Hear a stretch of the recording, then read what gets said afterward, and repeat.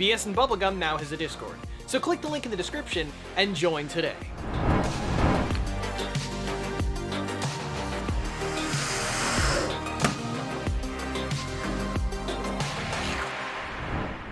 Milk Outside of a Bag of Milk Outside of a Bag of Milk is the sequel to Milk Inside of a Bag of Milk Inside of a Bag of Milk. A game that when I first saw it, I thought it was cool, but then upon playing it a second time and really editing it and seeing more of, what the game was really trying to say, I really, really fuck with it now. So I'm excited. Yeah. New game. Last time we played this, we were a awkward child girl that tried to buy milk and couldn't do it very well. And we were like her imaginary friends trying to help her through it? No, we were just a voice in her head. I'm walking to my room, trying not to look around. Playful shadows dance around me here and there. They dash all over the walls, the ceiling. One of those shadows whizzes past me, touching my face ever so slightly. I smile and continue walking, paying it no mind. Sometimes it's so easy to lose self-control and track of time, spinning in a joyful dance. But I'm in a bit of a hurry here. Mom told me to go to bed.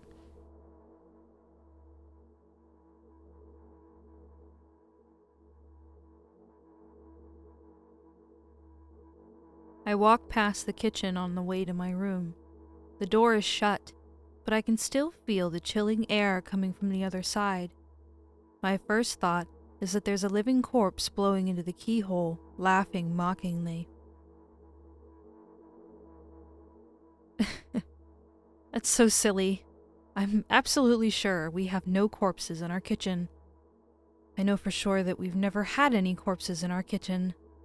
I'm absolutely sure that...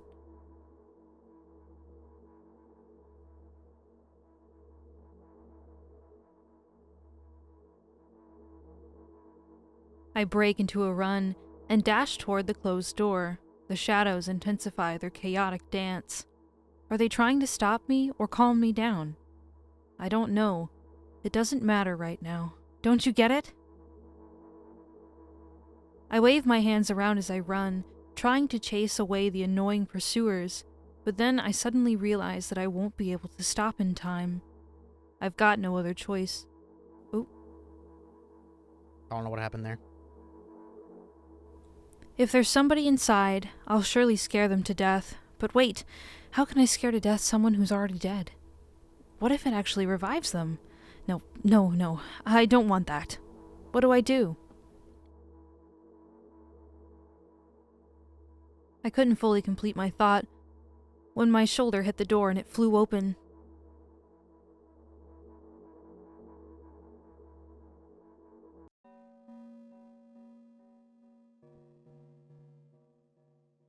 As I expected, there was no living corpse inside, but there was a bag of milk I bought today sitting right in the middle of the table, watching me with its unblinking eyes. I stare back. Nothing happens. Although, what exactly did I expect? Gratitude? Have I done something that warranted it? A bag of milk probably doesn't care whether it's on the shelf, in a store, or on the table in my mom's kitchen. On the other hand, nobody would drink milk inside the store, which means I took it from the safest place in the world and into the scary unknown. I'm so sorry, you poor thing.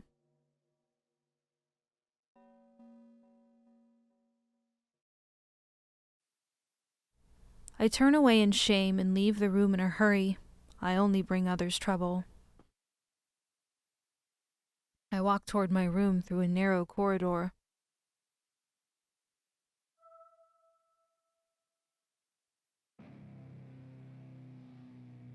I meet a familiar formless creature at the door. It locks me in its clutches and starts sniffing every inch of my body like a hungry dog. I'm not struggling. I know it's useless. I just stay silent and endure its tight grip that stops me from moving. Could it be the mom? Yeah, that's what I'm thinking. I think it's the mom. After sniffing me from head to toe, the creature holds out its ugly paws, bearing a single claw, thin and sharp like a blade. I don't remember whether... let's just say Autumn's the mom. Again? I stare questioningly into the monster's bottomless eye sockets. Don't move. The creature squeezes my hand until my veins start bulging, and I just keep staring into the black cavities where its eyes should be, ignoring all the pain. I've promised so many times. Stay put. The moment it says that, its claws pierces my arm. Oh. I don't feel anything other than the barely discernible clawing under my skin and the ring of tightly sprung sinews. But then, the claw injects its venom into me. Oh, I think the high-pitched thing is the girl, and the low-pitched one is the monster. It hurts! A white veil appears in front of my eyes, my fingers cramp and start twitching frantically. I lose control over my body and slowly slide to the floor, just like last time. But... Why do I feel so hot? I feel my blood boiling up. Strong shivers run through my body, paralyzing every single cell, while my veins and arteries heat up, almost bursting from that pressure. I try screaming, but instead of producing words, I vomit thick, milky foam. The creature notices it and throws itself at me in anger, grabbing me by the throat while keeping the poisonous claw inside my arm. I think they might be injecting her with something, like a medication, and she's Yeah. having a bad reaction from it. Yeah, it's possible. Kill me! Kill me! Hysterical screams resound through the corridor. In a fit of madness, the creature starts scratching my neck. Bright splashes fly everywhere, hitting the walls with loud sound. I try to imprint where every drop fell in my memory so I could gather them all later. I need to remember. I need.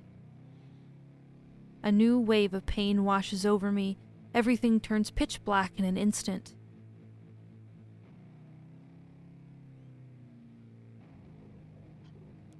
Say it. I'll never drink milk ever again. Say it. I'll never drink milk ever again. Say it again. I'll never drink milk ever again. I'll never drink milk ever again.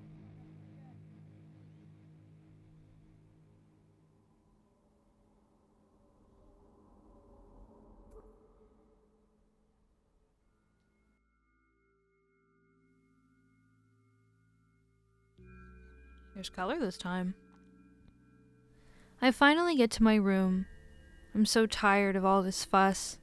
Thankfully, I still feel comfy and warm in my room. Even the weird sounds coming from the outside don't make me anxious at all. Now, Mom I have told a me to go to question. bed. Okay. I have a question for y'all. Do y'all think the aesthetic of the last game, because it was all like just pink, different shades of pink, but basically one color, and now we're looking at a multicolored scene. Do you think that means that she is perceiving the world differently, or I'm reading too much into it and it's the second game, they wanted to change up the art style? I'll say this. The mirror is something that reflects the real world regardless of your perception. So as you look outside the mirror, everything is not what it looks like in the mirror. All like a reddish purple. Right. Versus yeah, gotcha. I think the girl's perspective is what we're seeing in the monocolor, and then the mirror is showing us what the real world looks like in the multicolor. Fair take. But that's just a theory. Mom told me to go to bed, so I need to perform all the needed preparations. I've washed my face, and now I'm standing in front of the mirror with a toothbrush in my mouth. I look at my reflection. It shows absolutely no desire to sleep. Yeah, I get how you feel. What was that? And there was a time when the last minutes before I sleep were my favorite time of the day. I loved anticipating the inevitable moment when the reality and the dream world would clash. I woke up for that moment's sake, lived through the day for it. My biggest dream was to sleep all day long. It would have been so cool. The dreams always slowly but surely slipped away. As if somebody fished them out of my head, one after another, until nothing was left. And now I have to sleep again, even though I don't feel any need for it.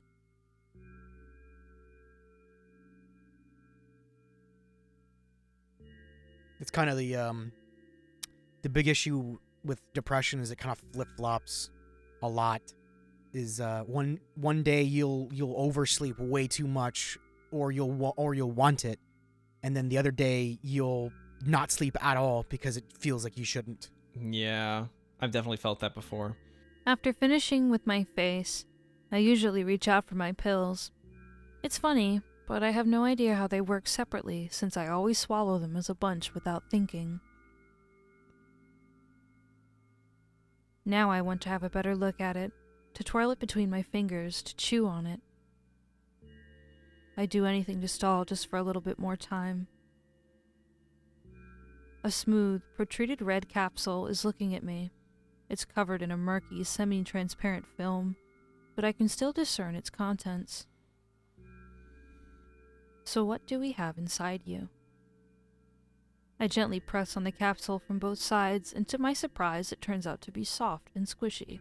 I press harder and the capsule pops. Sticky, bright red liquid pours out. Filthy! Filthy! The pill flies straight into the waste bin, and I start rigorously washing my hands. No, there's no way. I'm drinking that. Next was the flat pill of the same blood red color. There were some letters printed out on it. Oh, I get it. This is the medicine that makes me really sleepy. But it's not the type of sleep I want. That's not it at all. It's fake. No. I don't even want to look at it. The pill flies into the waste bin as well. The next half an hour goes by in a similar fashion. I study every pill from all sides, and then I find a reason not to swallow it. I invent my own medicine instead and enjoy swallowing them one after another, letting myself drown in their healing effects. Hey, my neck doesn't hurt anymore. My hand doesn't hurt anymore. My head doesn't hurt anymore. My heart doesn't hurt anymore. My stomach doesn't hurt anymore. My eyes don't hurt anymore. How come I didn't think of this earlier? This is so simple. I need to brag about it to someone right away. But not to my mom. She'll just scold me. And she's sure I'm already sleeping anyway. I don't want to disturb her without reason. I'll think of something myself. Besides, I just really want some small talk. I wonder who's going to be my conversation partner. And that's where the voice comes in, question mark? Hey, that's the same pink as the first game. Oh.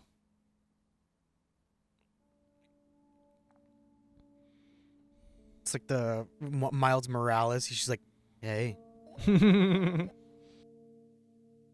Hey, long time no see. I'm thinking option 2. You know we're only supposed to meet once per day, right? Why does your voice sound so grim? Naturally, I've read this manual. Judging by its pictures, the overdose side effects are the usual headaches, dizziness, exhaustion.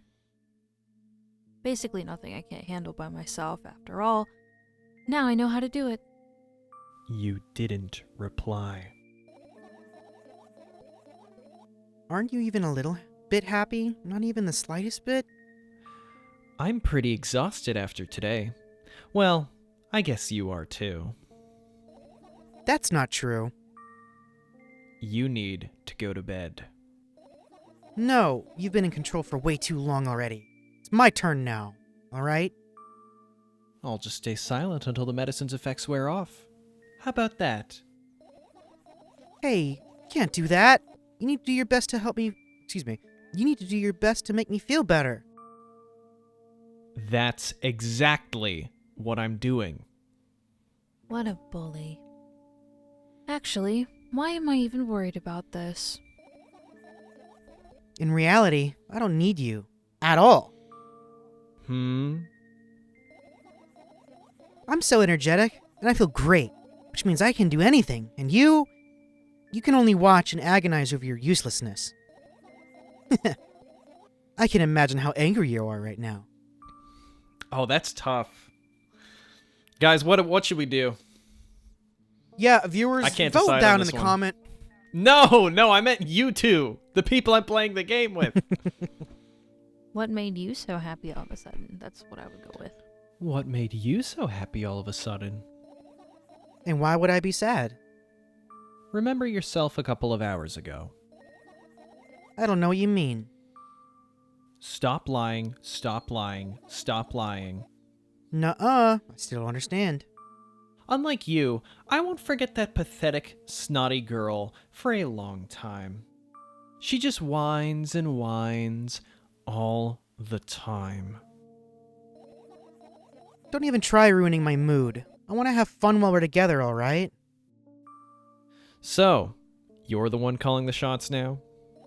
Yeah, Well, let's see how long you can last. we'll see. Yeah. Am I really that pathetic? Say something. I can feel tears streaming down my cheeks, hanging from my chin and then falling on my clothes, burning holes in them. Whoa. That was fast, but not unexpected. Hey, at least I tried. Go wash your face. Then, we'll decide what to do with you.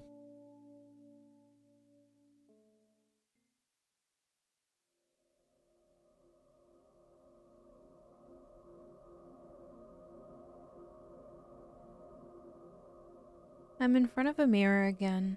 I keep staring at my reflection, trying not to get distracted by the sneery looks the walls are giving me, trying not to drown in their giggling. But then me in the mirror also shows me a creepy smile, bares her teeth at me. I shut my eyes, but that doesn't help. It wouldn't have helped even if I sunk through the floor. I start counting in my mind.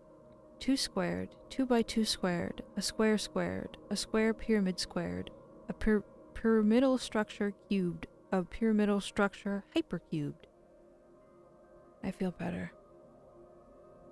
My head is splitting apart now. Sorry for being rude. It's not your fault.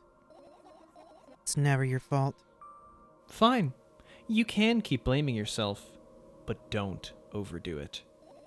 I don't know why, but I thought I'd be able to take control. I was almost ready, too. Wish I'd be able to change something. After all, I was able to buy milk, you know? Yeah, you ought to know how challenging it was. Personally speaking, I feel like the inner monologue that she's having right now is taking on the personality of her mother with the way that it's talking to her, maybe? Is that why you threw away the medicine? What a stupid decision, right?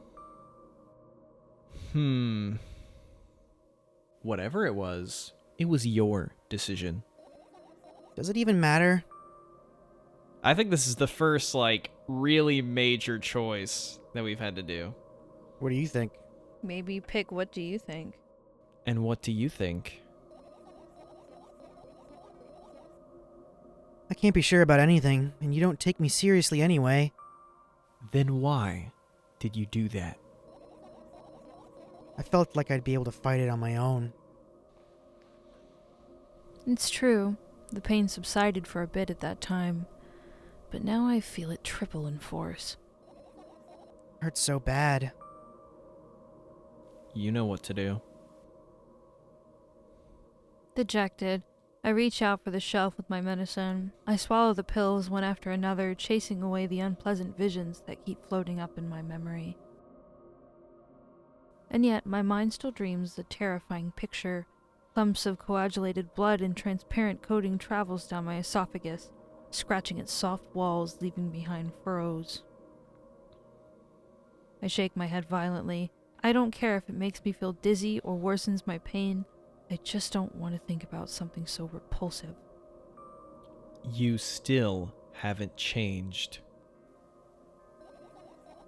What do you mean? You're afraid of being alone. This worries you much more than pain. Yeah, I guess. I toss the last pill into the air and catch it with my mouth.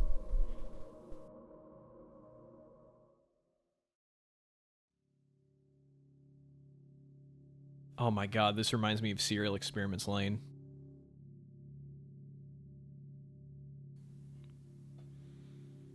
I lie on the floor. I look at the ceiling. I can clearly hear water running in the metal pipes up there. I hear the cracking of concrete blocks that will someday surely fall on my head. But I'm not afraid of that at all. I can't imagine my death coming from above. Rather, it's rearing its claws from somewhere below, waiting for me to lose focus.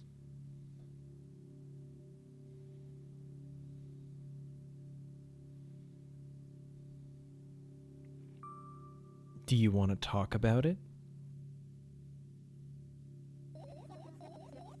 No, I've had enough.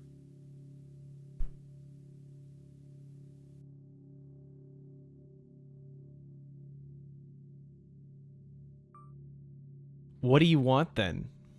Some milk. Money. I just want to die. I just want to die. I just want to lay down for a bit. I just want to die alone for a little bit, okay? I just want to die, I said casually. Me when I want to die alone. Here's a cheese and crackers, kid. That's a deep cut. All right, silent treatment.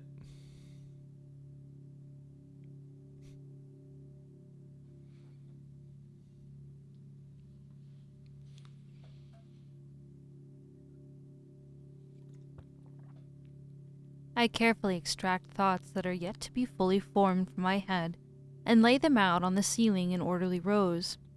Now it's my corkboard. In hopes of seeing the whole picture, I switch them from one place to another, pile them on top of each other, scatter them around. In the end, I throw them off with my hand, annoyed, and start over. I can't do it. You can always imagine your thoughts as something small and swarming, like cockroaches. Ew, I hate cockroaches. Can I make them fireflies? I don't mind either way.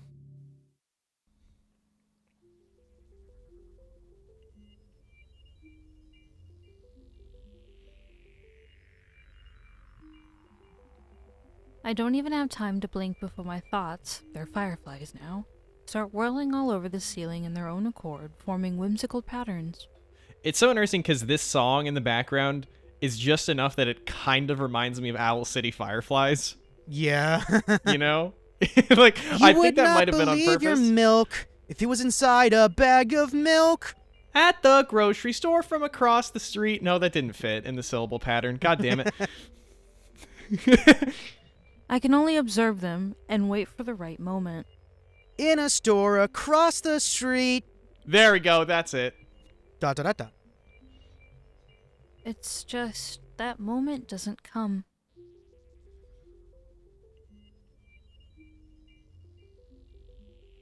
The mocking sounds of flapping wings coming from the ceiling make me start losing my patience.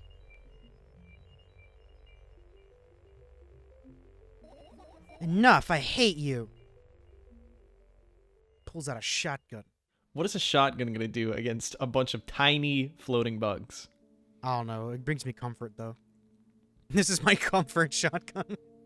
My emotional support shotgun. Hell yeah. It'd be like that for some people. I spring to my feet and scream at the top of my lungs. The fireflies scatter. Fireflies! Good job. Now start over. No way. Unstable behavior makes you look bad. I don't give a damn. So, that doesn't bother you? Should it? Another big choice. Let's just go with no. No. A lot of people act like this. Really? There's nothing shameful about snapping at someone, if you have a reason for that. You did have a reason, didn't you? You'll surely get better. Believe me. And now, start over. You're at it again. What do you mean? Never mind. And I've changed my mind anyway. Please don't stay silent for this long anymore. I'm having a hard time without your help. Fine. I raise my eyes to look at the ceiling once more. Sadly, all my fireflies seem to be hiding somewhere. I need to find them. Oh, it's tough because now I don't want to be silent, but I also don't want to say forget about them. Silent. I glance around the room. There are too many places for a creature as small as a firefly to hide here. What was that? It can be anywhere. Suddenly, I hear a deafening rumble. The clock just hit midnight.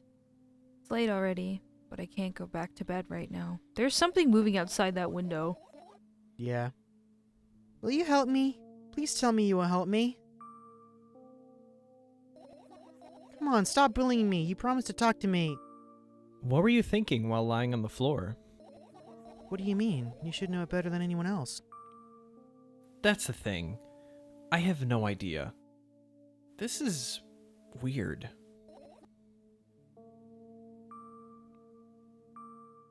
Will you tell me?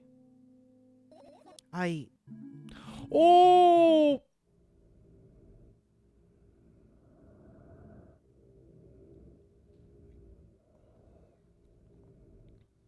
I roll my sleeves and start rubbing my eyes intensely. They are so itchy. Why are you crying? My eyes are itchy. Did you... He? Did he... Oh, they are different. Did he bring milk or did you drink milk? Huh. I want to know who he is. Yeah, we'll go with that one. Did he bring milk? I wonder if I tear out all my eyelashes one after another. Will my eyes stop itching? I wonder if I tear out all my eyelashes one after another. All my eyelashes one after another. If I tear out all my eyelashes one after another. What have you done? I need to gather the glass, and then I need to have a bath, and then... Here, drink some milk. Nope! I stand in the middle of the room, my mouth agape, gasping for air. I think I just experienced death. I don't know any other way to explain what happened. Are those all milk cartons? Oh yeah, actually, I think they are. No, it's just Chinese food. Well, that was surely something. Long Chinese food. Notice all the plants are dead now. Yeah, oh yeah, everything is different about this room, Jesus. Yeah, Jesus isn't here anymore. Will you tell me or not? About what? Let's look for the fireflies instead. You're acting weird. Help me instead of running your mouth. I've already had enough adventures before bed. I need to gather my thoughts quickly and go to bed. And my thoughts are hiding from me. To be honest, I have no idea where to look for them. Me neither. I guess we'll have to tear the whole place apart. No, and no. If I make even the smallest messes here, I'll feel really bad. All the things should stay in their places. That's it. Why? I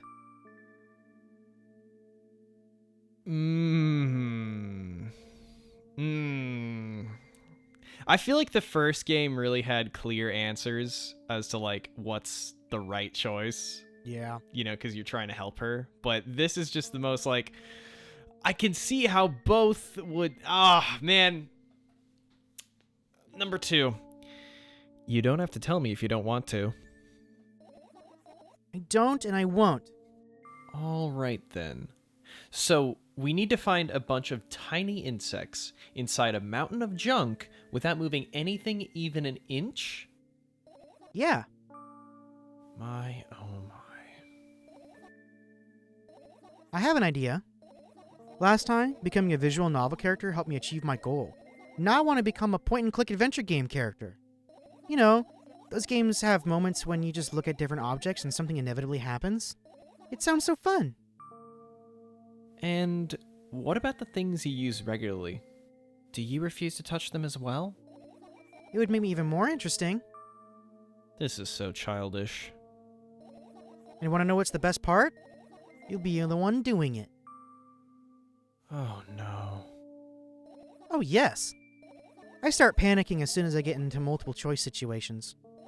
I'll just keep changing my mind and end up crying and running away. Do you want that to happen? You're such a handful. I think the first one is a little bit more helpful. You've already proven that you're able to make decisions. Why not continue on that road? Come on, don't be so boring. I was just teasing you. You don't have to bear the whole burden. Asking for help is a reasonable decision too. Let's begin already. I go to the middle of the room and look around. Where would I hide if I were a tiny firefly? This is so thrilling. My heart gets warmer from the pleasant anticipation. Hey. What? Look down. I look down. After a moment, a small ball of light and warmth crawls out from under my sweater. Wowee! Wowee! Zooey mama! Oh, that's a core memory.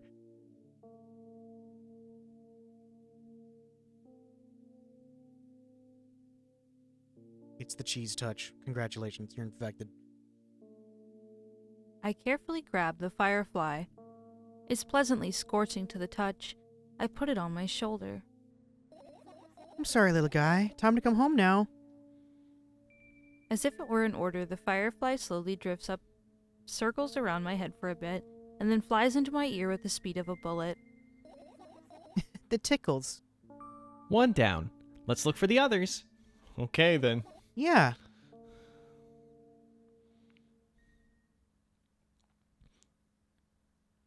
I'm gonna name him Fraggly. Bzz, do you wanna see my secret freckle? I look down. My school bag, worn down and silly, is almost screaming of its own uselessness. From another angle, it looks like a full belly. Its contents are also regurgitating, decomposing, and turning into a sticky, mushy substance. Yummy. What a cool image. I need to remember this. Oh, that's interesting. I mean, it is unnecessarily cruel, so totally not cool. Senseless and cruel. You are there, but I don't care. Is it me you're laughing at? What? I'd never. After all, you're not my pet. I'm not going along with this nonsense anymore. Got it? Got it. Hey, it wasn't on purpose this time. Tell me what's inside your bag instead. Nothing special. Mostly just all sorts of books. They're taking all the pens and notebooks out of there. And I'm not interested in anything else. You used to go to school, didn't you? Yeah, I did. I had a blast all the way. Are you sure you understood my question? Do you think everything in my life should be doom and gloom? Well, you're wrong. All right, all right. What did you like the most there? Well, the rooms were really bright. Not like at home. That's it? Don't rush me. Let me remember. Well, the beds were also soft and the food was nice. By the way, I attended all the classes. There was always skipped. The This is a food was psychiatric nice. Hospital. This was definitely a psychiatric hospital. This was not regular school. Oh, yeah, no. Once they said the beds, I picked up on that, obviously. But, like, the food being nice? No, that's crazy. Well, actually, it could still be an actual school. It'd probably be like a boarding school. No, I think it's psych ward. Yeah, I do too, but I'm just splitting it out there. They probably got told off so hard. I smiled gently, absorbed in the warm memories. You never graduated, though. Yeah. Do you remember your last day there? It was a normal day. Dad picked me up earlier than usual. He told me that I'm already too old for school curriculum. I also realized that some time ago, tasks were way too easy. Then we got into the car and went home. Mom greeted us there. We had dinner and we went to our rooms. And what happened then? I don't remember. Does it even matter? Tell me about it again. Is your memory that bad? Well, okay, it happened to you, not me. Please. Oh, fine. That day, Dad picked me up from school earlier, explaining to me that I need to grow up. It's not like I could completely grasp what he meant. Either way, I didn't resist. We got into the car and went home. Mom greeted us there, we had dinner together, and we went to our separate rooms. Satisfied? Okay, you know, this time, we'll say yes. Good. I look at my bag again, light pouring into the room through the window glints on the metal parts. And there's also a shadow underneath it, which means it's real, sadly. Whatever, I don't care anyway. I almost end up kicking the bag in a fit of sudden anger, but I manage to stop myself in the nick of time. If I move it even an inch, the whole picture will collapse and I'll go blind. It has already happened countless times. What do you mean you'll go blind?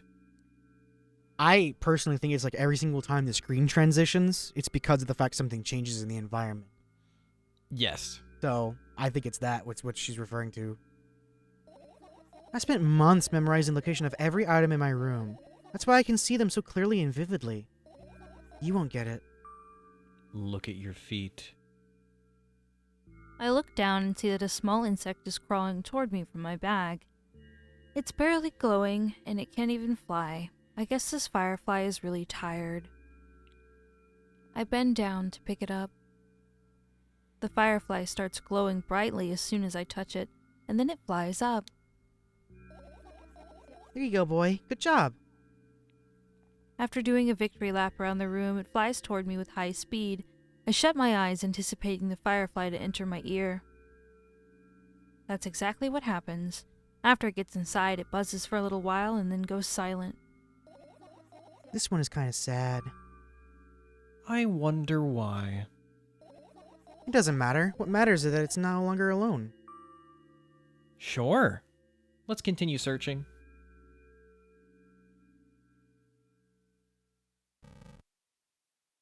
Oh. Okay, Do it. Well, Do wait, it. wait. Should we do that last? I can't click on it. Oh, okay. Radio. Yeah, I like radio. Clock. Oh, there's 2 radios. There's 3 radios. Radio.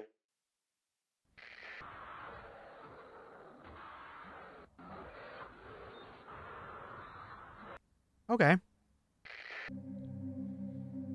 Ooh, I like this one.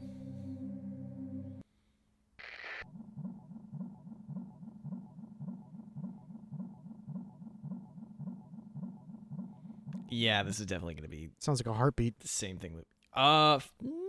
Fair enough, fair enough. Okay. Trash. I'm gonna do lights. Are you serious? What's wrong? Just think about it. Why would fireflies be attracted to light? I think they're quite self-sufficient already in that regard. Well, only if they'd purposely want to lower their self-esteem. Okay, that was a wrong choice. Vent. It's not easy to get out of here. Sus?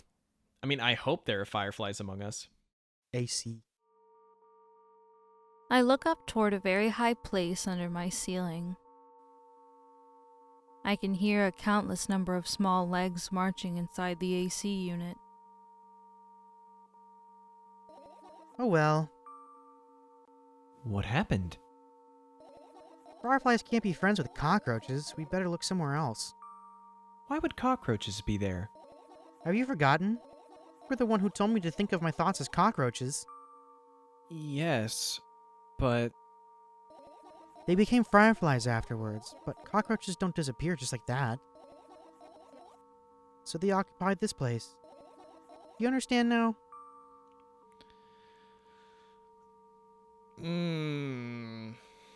See, I am really liking that this game, as far as, like, these choices, have a lot more depth of, like, what really is the best way to help her. And, I'm thinking I don't. I don't. I don't. I do not. Zuddy. That's it. With that, apparently. The post-it note. And what are those? Ah, those. Those are the photos of my best memories. But they're blank. I stared at them so intensely that I burned them with my eyes. Now they're just covering the cracks in the walls. Cracks? Forget it. Are we continuing the search or what? Okay, we are. Fan.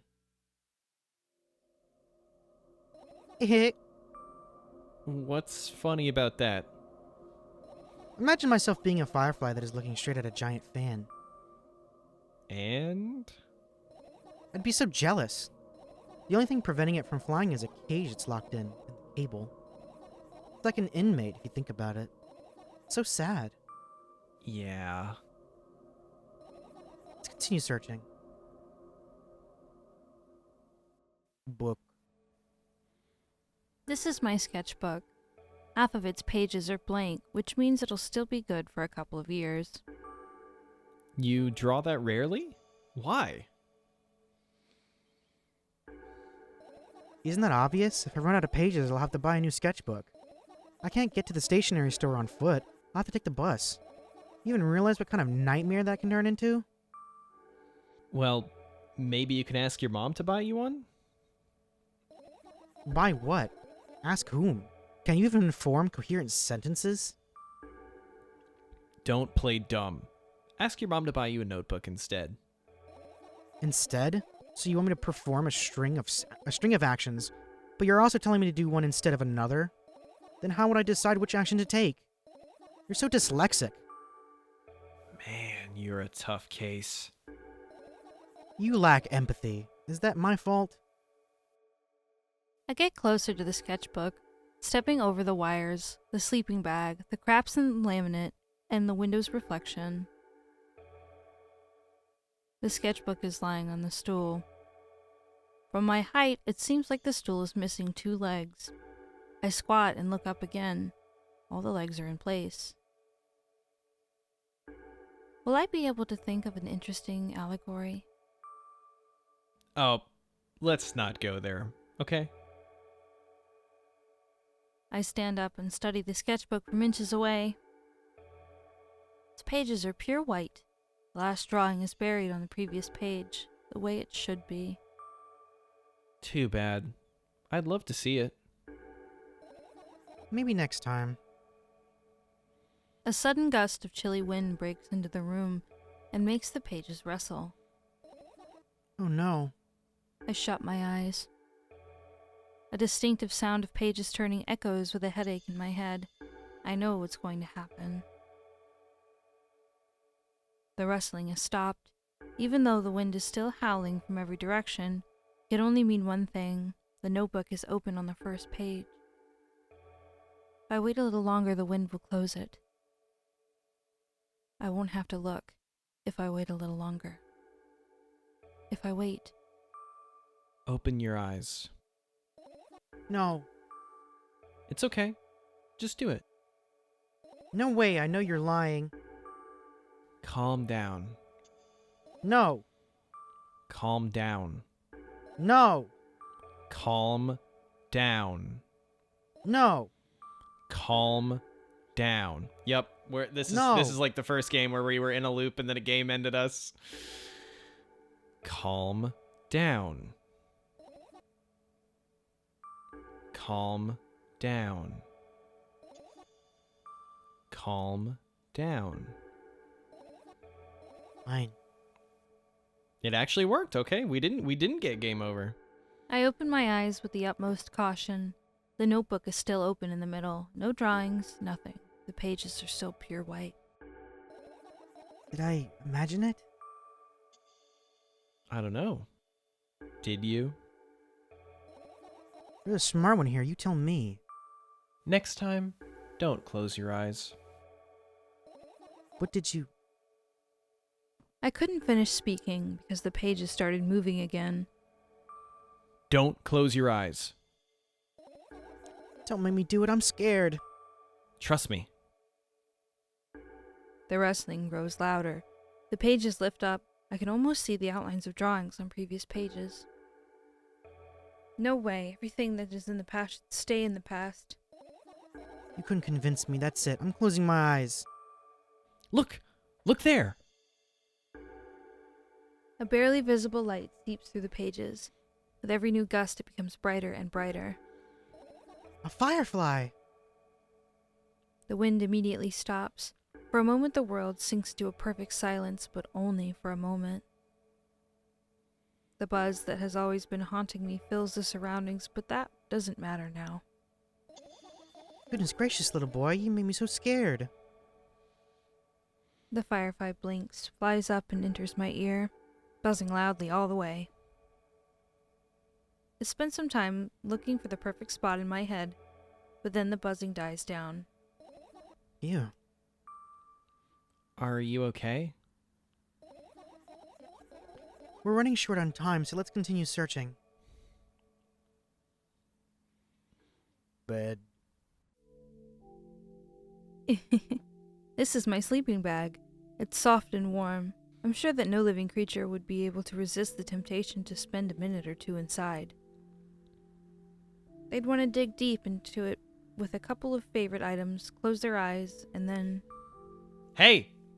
Did you fall asleep? Huh? I gently slap my cheeks to return myself to senses. It's already way past midnight. Usually I'd be sleeping like a log at this time, but right now I can't. Let's continue searching. Hey! Maybe we'll find something inside? Nah, my thoughts don't have a feature of putting to sleep. Quite the contrary, they always cause insomnia, just like tonight. Huh? I feel like the okay seems a little passive-aggressive. So... What? To me it goes okay. Yeah, but I don't know. It seems condescending, I'd say is a better word. You know? So I'll just go with what? There's no punctuation to I said searching here is meaningless. Umbrella. The umbrella emanates a faint sense of coolness. No wonder it's the only thing that defends me against the thunderclouds that gather under my ceiling. Yeah, I'm a cool umbrella. It's such a blessing that it can do it without my help. Still, a firefly won't hide in a place like that. It will catch a cold and be unable to fly. You don't want to check it? Why? I'm sure we won't find anything there. Dresser. Alright, but we found some fireflies in some pretty weird places so far, so I really think... I doubt it. All the compartments are locked. What if... I don't even want to think about what's inside. Who knows what I'll end up imagining. Okay. Computer. I look at my laptop. I haven't touched it for years, so it's covered with a layer of dust as thick as my finger. A bizarre item. I fear it. Why? It's a long and boring story. Oh, wonderful. Tell me about it. I insist. I don't remember how it appeared in my room. One of my parents probably brought it here because they couldn't find a better place for it. They didn't prohibit me from using it. On the other hand, they encouraged me to do so. Sure, I've spent my whole days in front of the screen. Games, drawing, engineering calculator, 3D modeling. So much fun stuff to do. You had amusing hobbies. Yeah, I did. Before entering the web. And you don't seem to understand. Imagine this. You're a hamster that lives on the ground. You have everything for comfortable living. Did you imagine? Oh, this is so Serial Experiments Lane. As always, your analogies are spot on. Okay, I imagined. Alright, so you're a hamster that lives on the ground. You have everything for comfortable living, okay? Okay. Wonderful. And here's the situation. You're a hamster that lives... Okay, I got it. Do you want to talk about something else? Yeah. Okay, that was rude, voice. That was rude. You'll end up returning to that subject anyway. On one wonderful day, someone digs you up from your hamster house and brings you to the pet store. Now your new home is a cage. It's way more comfortable and warm compared to the underground. And the most important part, you have a lot of neighbors here. The cages are identical to yours, and other hamsters look identical to you too. It means you are all the same. Apart from the fact that they were born at the shop. You'll ask, what does that indicate?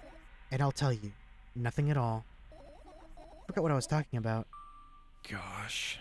I don't know what homegirl was on about. Okay, let's start over. This time, try to avoid stupid hamster analogies. You know, I'm not at fault here. So, I had a lot of friends online, tens of hundreds of them. It's impossible to count. Is it impossible, though? I had exactly 317 of them. Although, I guess nobody counts the exact number of hamsters when they walk into a pet shop. Hey, don't get distracted. Alright. From my 317 friends, 68 were into gaming, just like me. 130 of them like drawing, just like me. The remaining 119 were into calculators and 3D modeling equally. And when I say equally, I don't mean 59 and a half friends on each side. Alright? You can split numbers evenly, no problem, but math doesn't work like that when it comes to friends. Major conundrum, right? Now, honestly, this part, I fucking feel this part, because this is so ADHD coded. Like, this be my thoughts sometimes. Like, get to the point. I knew, of course, that no real people exist on the web. I also understood that all my friends die the moment I turn off my laptop. But I still wasn't even a bit worried. Why? Do you know what computer programs consist of? It's just a combination of numbers. Which means my friends are also numbers. Isn't that amusing? Not really. Why do you call them your friends? I mean, everyone who shares my interest is my friend, and I don't care whether they know about my existence or not. Anyways, as I was saying, every program has its own algorithm and purpose, mathematical formula. And if you solve that formula, you'll be able to predict the program's behavior at any moment. The longer you speak, the less I follow. You don't need to follow me around, just listen. I sit on the floor and the laptop screen ends up right in front of me.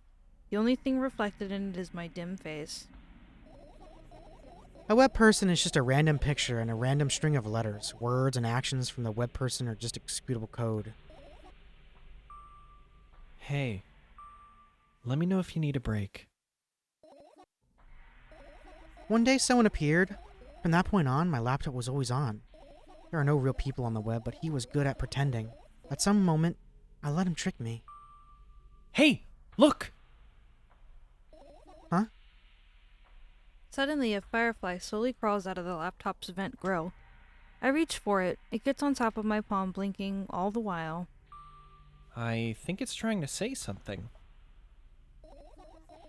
I can see that myself. I only knew what. Looks like a cipher. Don't you want to crack it? I changed my mind. I have absolutely no desire to figure out what it wants to say. The firefly stops glowing for a moment after that. Then it starts glowing again, as if coming back to its senses. For some time, it thinks about the further course of actions, then flies up and dashes into my ear. Let's continue searching. And what about your story? You must be mad at me for interrupting you. I'm sorry. If you do everything right, I'll finish my story, maybe. Do you promise? I promise. And if you forget? Then remind me, with a code word, for example. What code word? I'll think of one later. And for now, let's keep searching for my fireflies. This reminds me of this thing that Beeble said the other day. I can't remember what the context beforehand was, but we were talking about Discord. And the line was, "Oh, I love Discord. It's where I store all my friends." That made me think of this moment. I get close to the waste bin and look inside with curiosity. Pill packaging, notebook pages, the other garbage, boring. There's nothing here. Indeed, no self-respecting firefly would hide in a heap of garbage. Can't disagree with you here. Pills. I look at the mound of pills and it makes me feel dizzy. I don't want to think about it. I don't. Oh, this song is new. They dumped their entire bottle of pills down the trash. What's wrong? I've almost skipped my dose for today. How reckless. I could have died.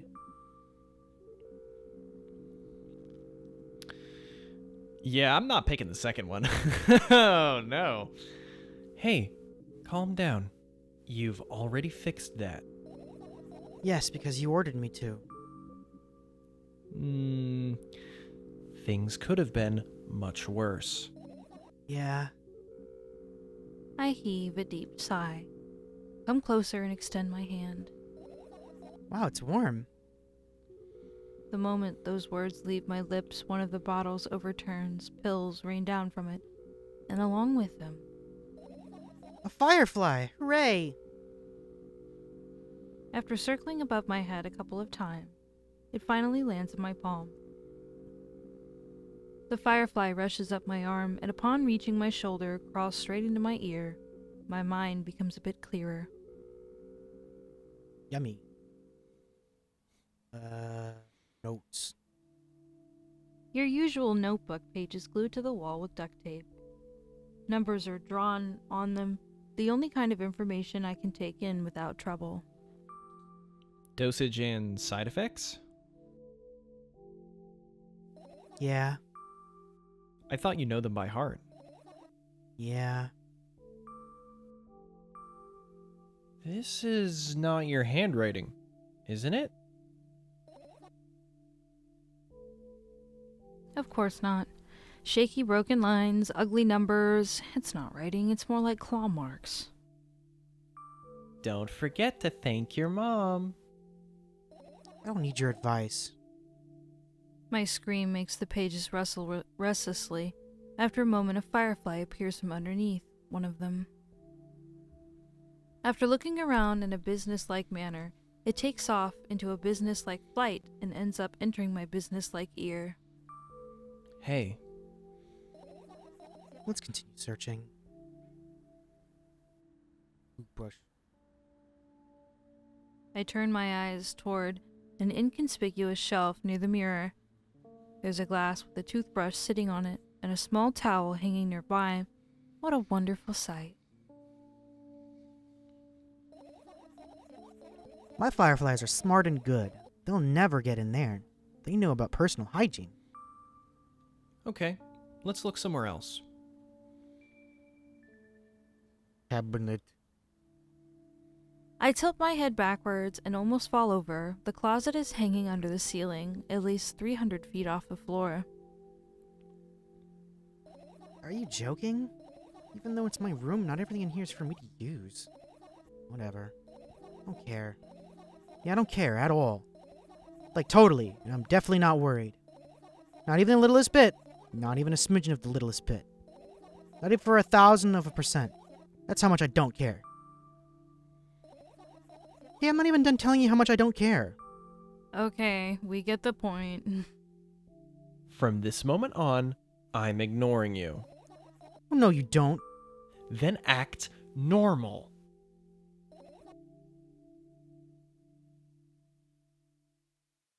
Shelf plant.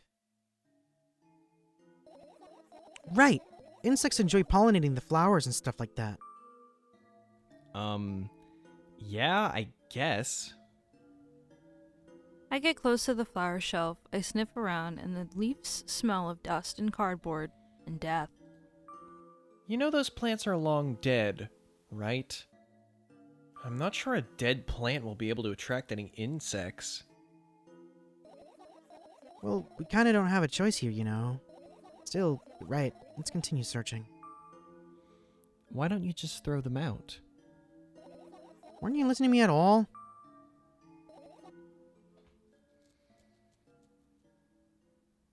Clock. Try the milk carton again? Oh. I look at the alarm clock. Time continues its unstoppable flow. It's so late. Are you tired? You bet I am. I let out a theatric yawn and hold my arms out to the sides. 1, 2. Then I raise them above my head. 3, 4. Maybe a little workout will help me freshen up. Good idea. Do you remember the exercises you've been taught? I think so. I take a hesitant stance. What was it? Heels together, toes apart. Whatever, I'll go with that. Count down 5 minutes. Fine. You have a clock right in front of you, though. Can't look at its hands for too long. At first I feel like they start moving in the wrong direction, and then they disappear altogether. And then things always get messy. Last time I saw a pair of eyes on the clock face. And also, I used to hear voices back in the day. They pleaded for help, I think? What a mess. Truly a mess. It was a mess, right? A mess. Are you counting down? My God. Finally! What do you mean? I was trying to get through to you for half an hour. Huh? Forget it. Do you see the firefly? No. Let's continue searching then.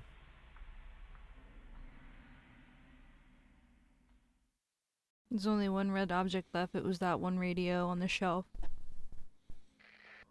And we did that one. It's different now, actually.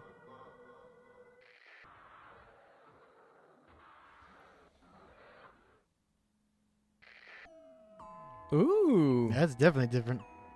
Ooh, what's this?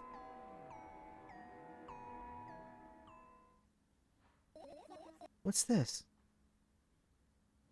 What? That's it? All right. That's all it said. What's this? What's this? Try, yeah, that radio. Still a heartbeat thingy. All right, I think it's safe to say we've finished searching. Yep. You hit the button in the center on him.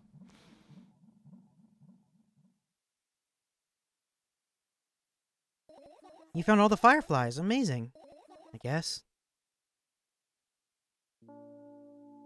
I've managed to gather my thoughts, but something still worries me. On the other hand, I wasn't supposed to be happy anyway. Why not? I lose something and then find it. Just going to go back to the starting point. No changes at all. A zero sum. And happiness is always about being positive, right? You shouldn't think too much. It hurts you. That sounds... Oh my god, that's so... I want to sleep. Ouch. How about you get some fresh air before sleeping? What do you mean? Well, go to the balcony. Breathe in some air. Somehow those words triggered a panic attack in me. I subconsciously step away from the balcony. I don't think it's a good idea. Why? This may sound silly, but I feel like someone is watching me.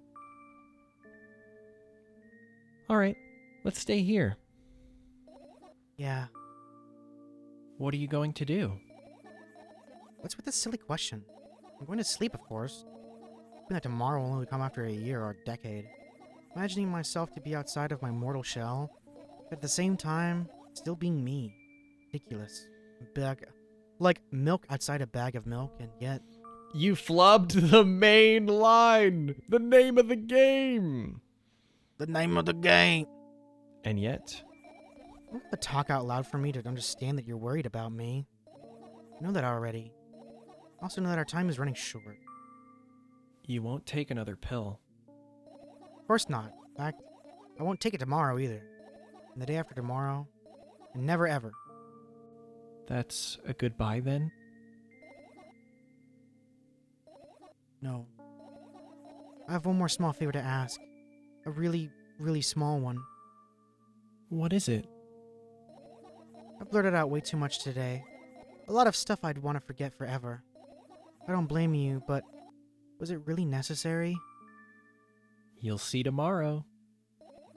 No, I wouldn't be able to sleep like this. Fine. What's the favor? I am... I nervously scratch my wrist and bite on my lower lip. Wait a minute. You're afraid to tell me? Yes.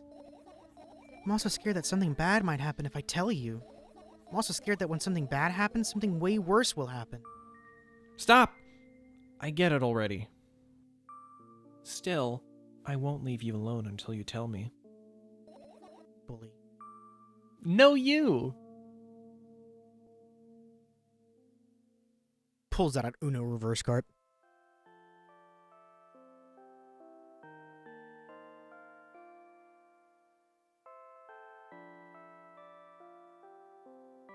I crawl into my sleeping bag. The lower part of the room is very cold.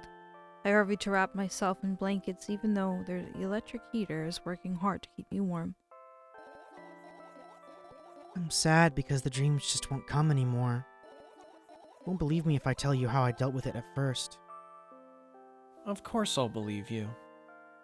I know, it was a joke.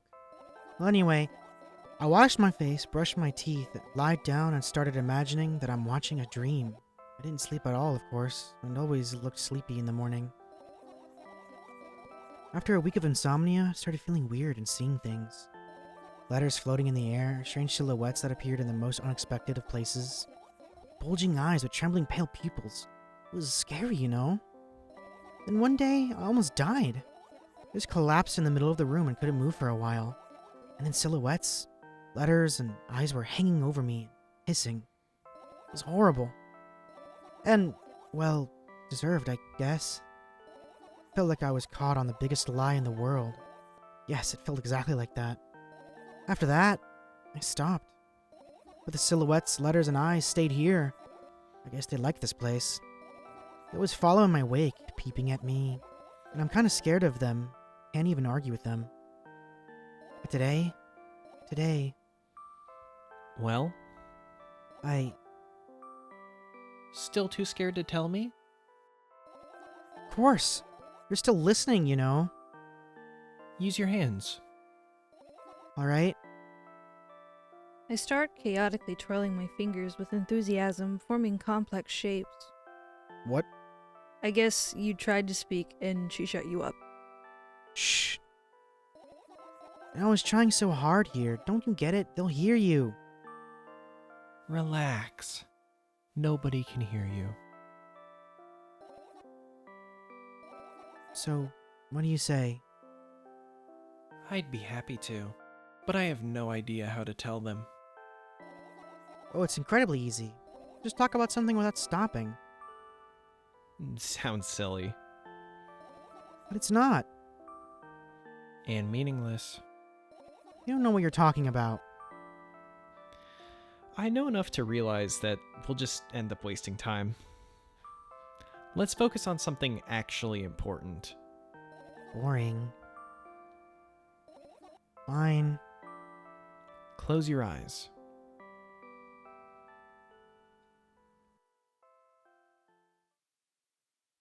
You won't get it. You're not even trying achievement.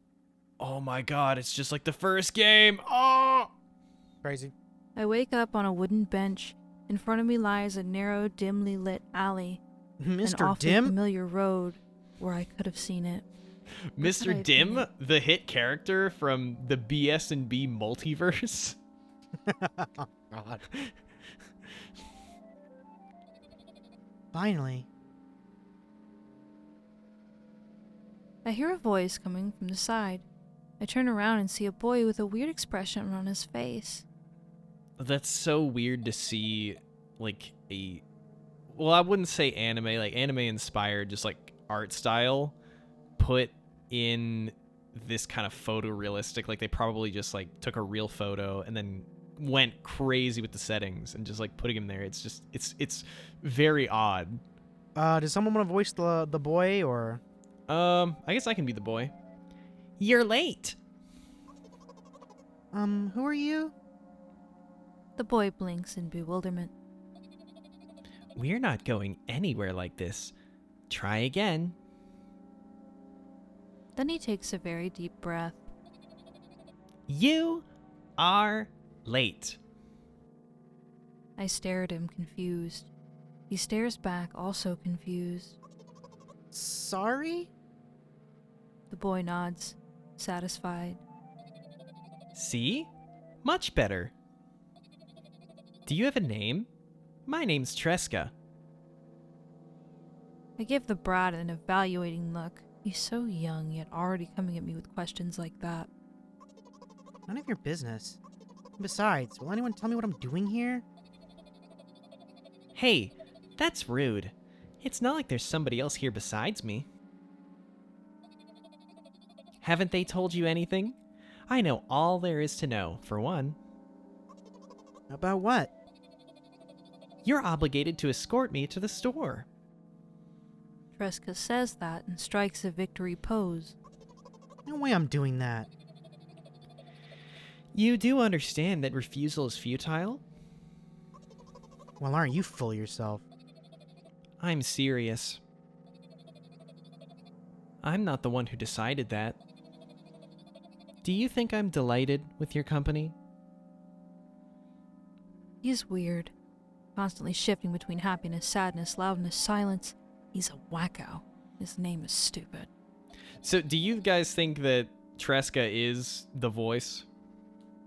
Probably. Mm-hmm. Yeah, because it's exactly, like, she's exactly right. That is kind of the personality, the voice, going from happiness to anger to sadness, like all these different emotions at the drop of a hat, you know? Yeah, true. Are we going, or what? You can go. I need to think. I'd be happy to, but I don't know the way. Tresca puts on a cunning smile. I bite my lower lip in frustration.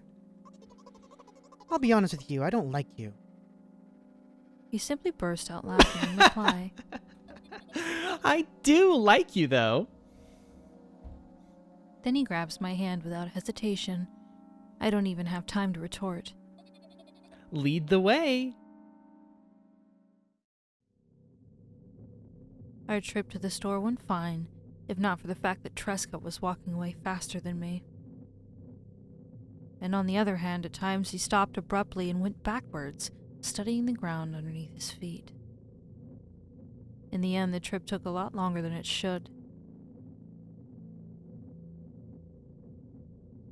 After reaching the store's door, we are greeted by a sign. We're closing in 20 minutes. Who had the bright idea to indicate their working hours in this way? They probably have special staff for this. Someone who runs to change the sign every 5 minutes. It's convenient. Joking? Yeah. It's so annoying. It's much better than being boring. How old are you, by the way? None of your business. And what's your name? None of your business. I was ready to slap the living hell out of the brat. The scary-looking man suddenly appeared behind the glass. He's holding a cardboard sign that says we're closing in 15 minutes.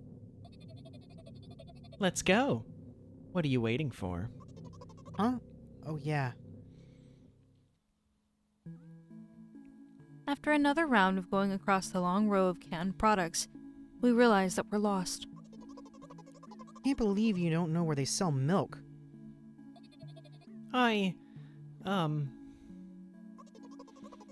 Maybe we should ask somebody for directions. Sure. Hey, wait up! Tresca lets go of my hand and walks confidently towards one of the few store customers. That person is standing with their back to us, studying something on the shelf. Hello. Can I can't hear neither of the second part of his question, nor the reply he gets. But my good-for-nothing friend freezes in place. Looking the customer straight in the eye, I hurry toward them. Is he yours? The customer talks to me. He speaks with disgust while wearing a scornful expression.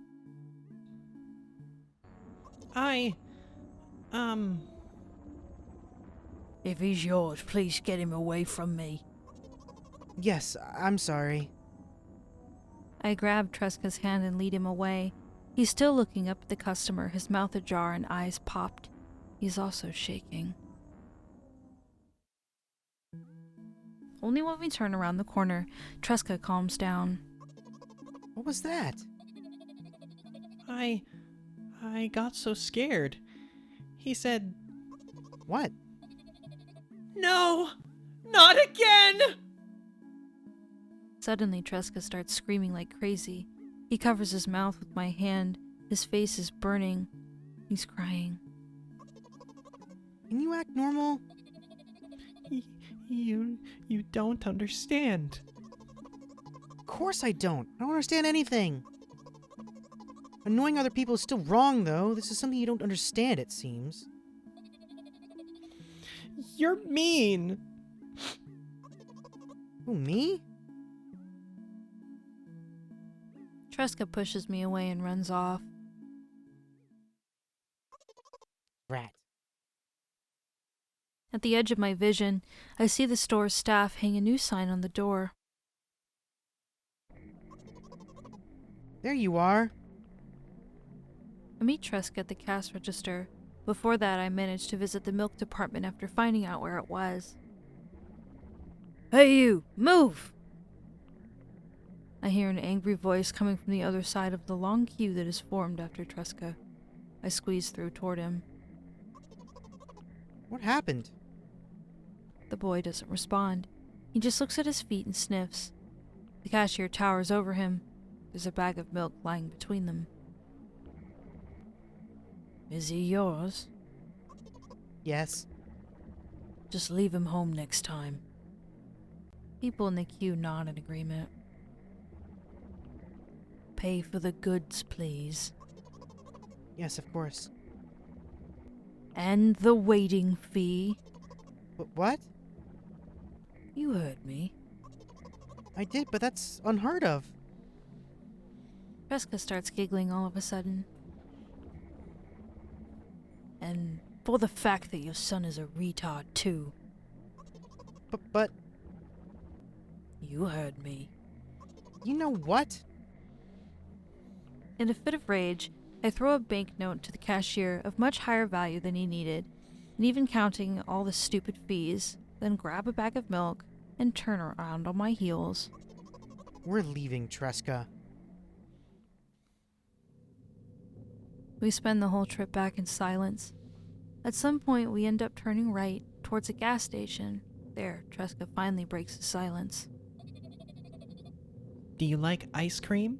You know, this is kind of the same events from the first game, because she was walking down the road, got to the store, came back, saw a gas station, and started talking again. Mm-hmm. Now, it's going to be really interesting because Because you remember in the first game, she almost got hit by a truck at this point. Yeah. Yeah, so I'm really interested to see what is going to go down with this version of the story. What if he's the one that gets hit, and then it's just her memory of him that's talking to her? I don't know. This is... okay, I think that most of the game has all made pretty clear sense.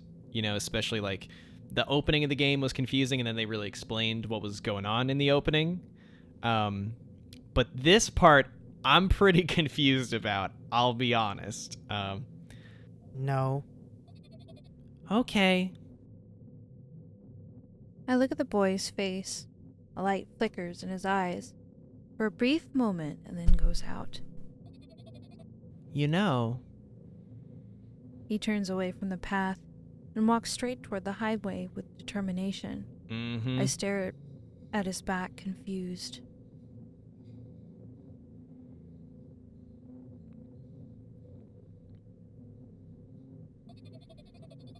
It seems like you're not helping me at all. Yeah. What if this was the main character from the first game or something? I don't know, because that's what the character told us at the last thing, like, if I'm not mistaken, during one of the bad endings. A new playful light flickers in Tresca's eyes. Whoa. Animation. PlayStation.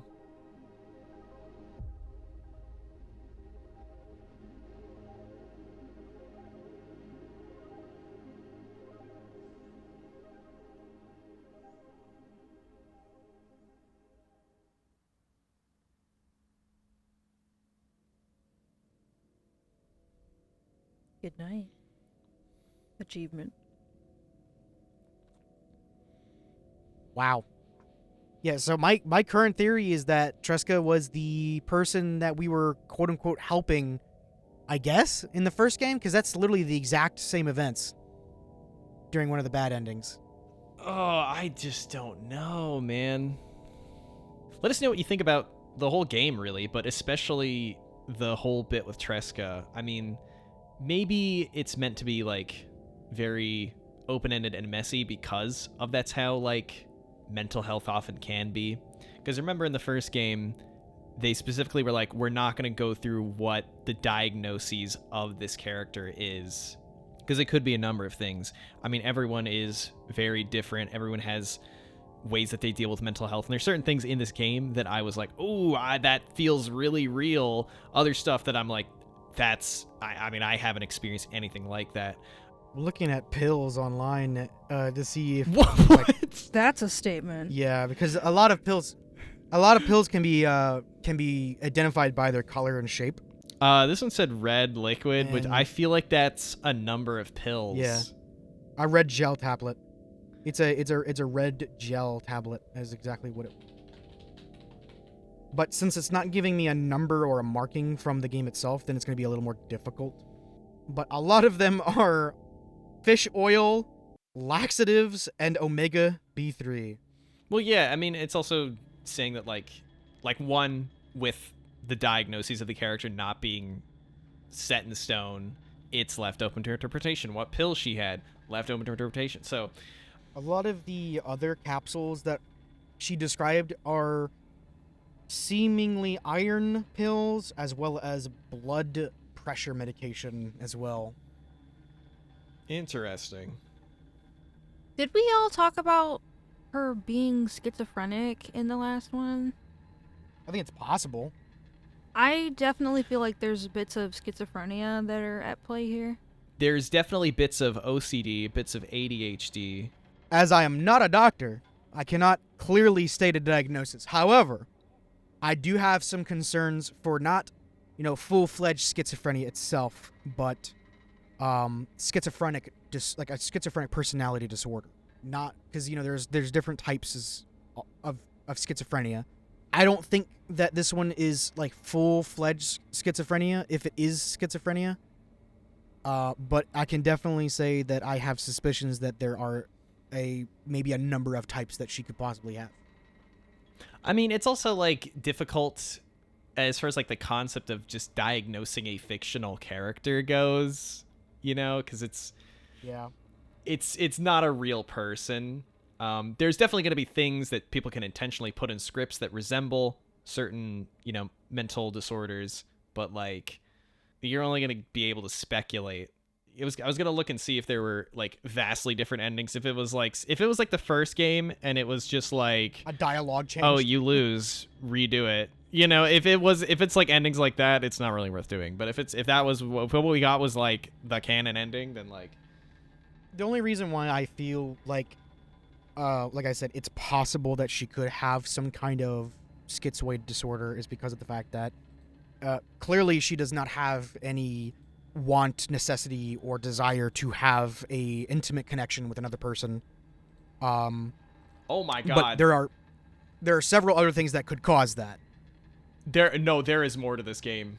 Really? There is actually like, yeah, I'm looking through a video and like, we're not done with this shit, but we could do more of it on a different day. But yeah, it's like lack of desire for interpersonal relationships, lack of apathy, coldness, isolationism, stuff like that. That really kind of give me that suspicion. Like I said, I'm not a doctor, so I'm not going to say that is exactly what it is, but suspicion is one thing. Do you like energy drinks? Well, of course you do. I mean, who doesn't? But I bet you don't like all that sugary crap that's in them, or all the jitters you get, when you finish one. Well, you're in luck, because today's video is sponsored by Dubby. Dubby has a ton of flavors that fit that exact bill. They're sugar-free and jitterless. And if you're as much of a weeb as I am, then you'll be thrilled to find out that they collaborate with anime with official flavors such as Frieren or Chainsaw Man. I do genuinely really like this stuff, and I will be ordering more after I finish that tub they sent me. Anyways, the coupon code is BSNB. If you use that at the checkout, you will be saving 10% off your order, and you'll be directly supporting me, Autumn, and Liz. Remember, that's coupon code BSNB. Very easy to remember. Literally the acronym to the channel. I mean, I can't get easier than that, right? Anyways, back to the video. Well, anyways, it is a new day for us. So you got the know all endings guide up, Autumn. That is a negative, my friend. I do not. That is very important. How long until we get to the point we need to be at? We have to wait through all this fucking dialogue first. I'm sure you know what you're doing, so I guess we're just yapping until then. Pretty much. Because it only starts when we get to the point and click part. The point and click part is when the game begins the branching. I feel it's very interesting doing a game that handles mental health topics from the perspective of the person with the mental health issue in a way that is genuinely terrifying, as people experiencing those things have. Like, there's not a whole lot of games that do, for example, dementia very well. I saw a Minecraft mod about it, and while they were cracking jokes the whole time, if you were to take that, I was not expecting that. If you were to take that in a horror genre type thing, because it could pull off horror pretty well, that could be a pretty interesting thing to go through, because it's a psychological horror. Having something where it's like you can't remember anything, you can't remember who they are. Things look different to you, you go places and then you blink and then you're somewhere else and you don't know where you are or who you are or whatever, as you continue to spiral worse and worse down that path. And then maybe at the end of said game, you finally see it from their caretaker's perspective. Because they wouldn't tell you it's dementia. You would have to figure that out via the eyes of the person suffering from it. And you would expect that this is from an entity causing it or whatever, and then it's found out the person just has a mental health issue caused by dementia. Well, and I might have said this in the previous recording, so apologies if I'm saying this again.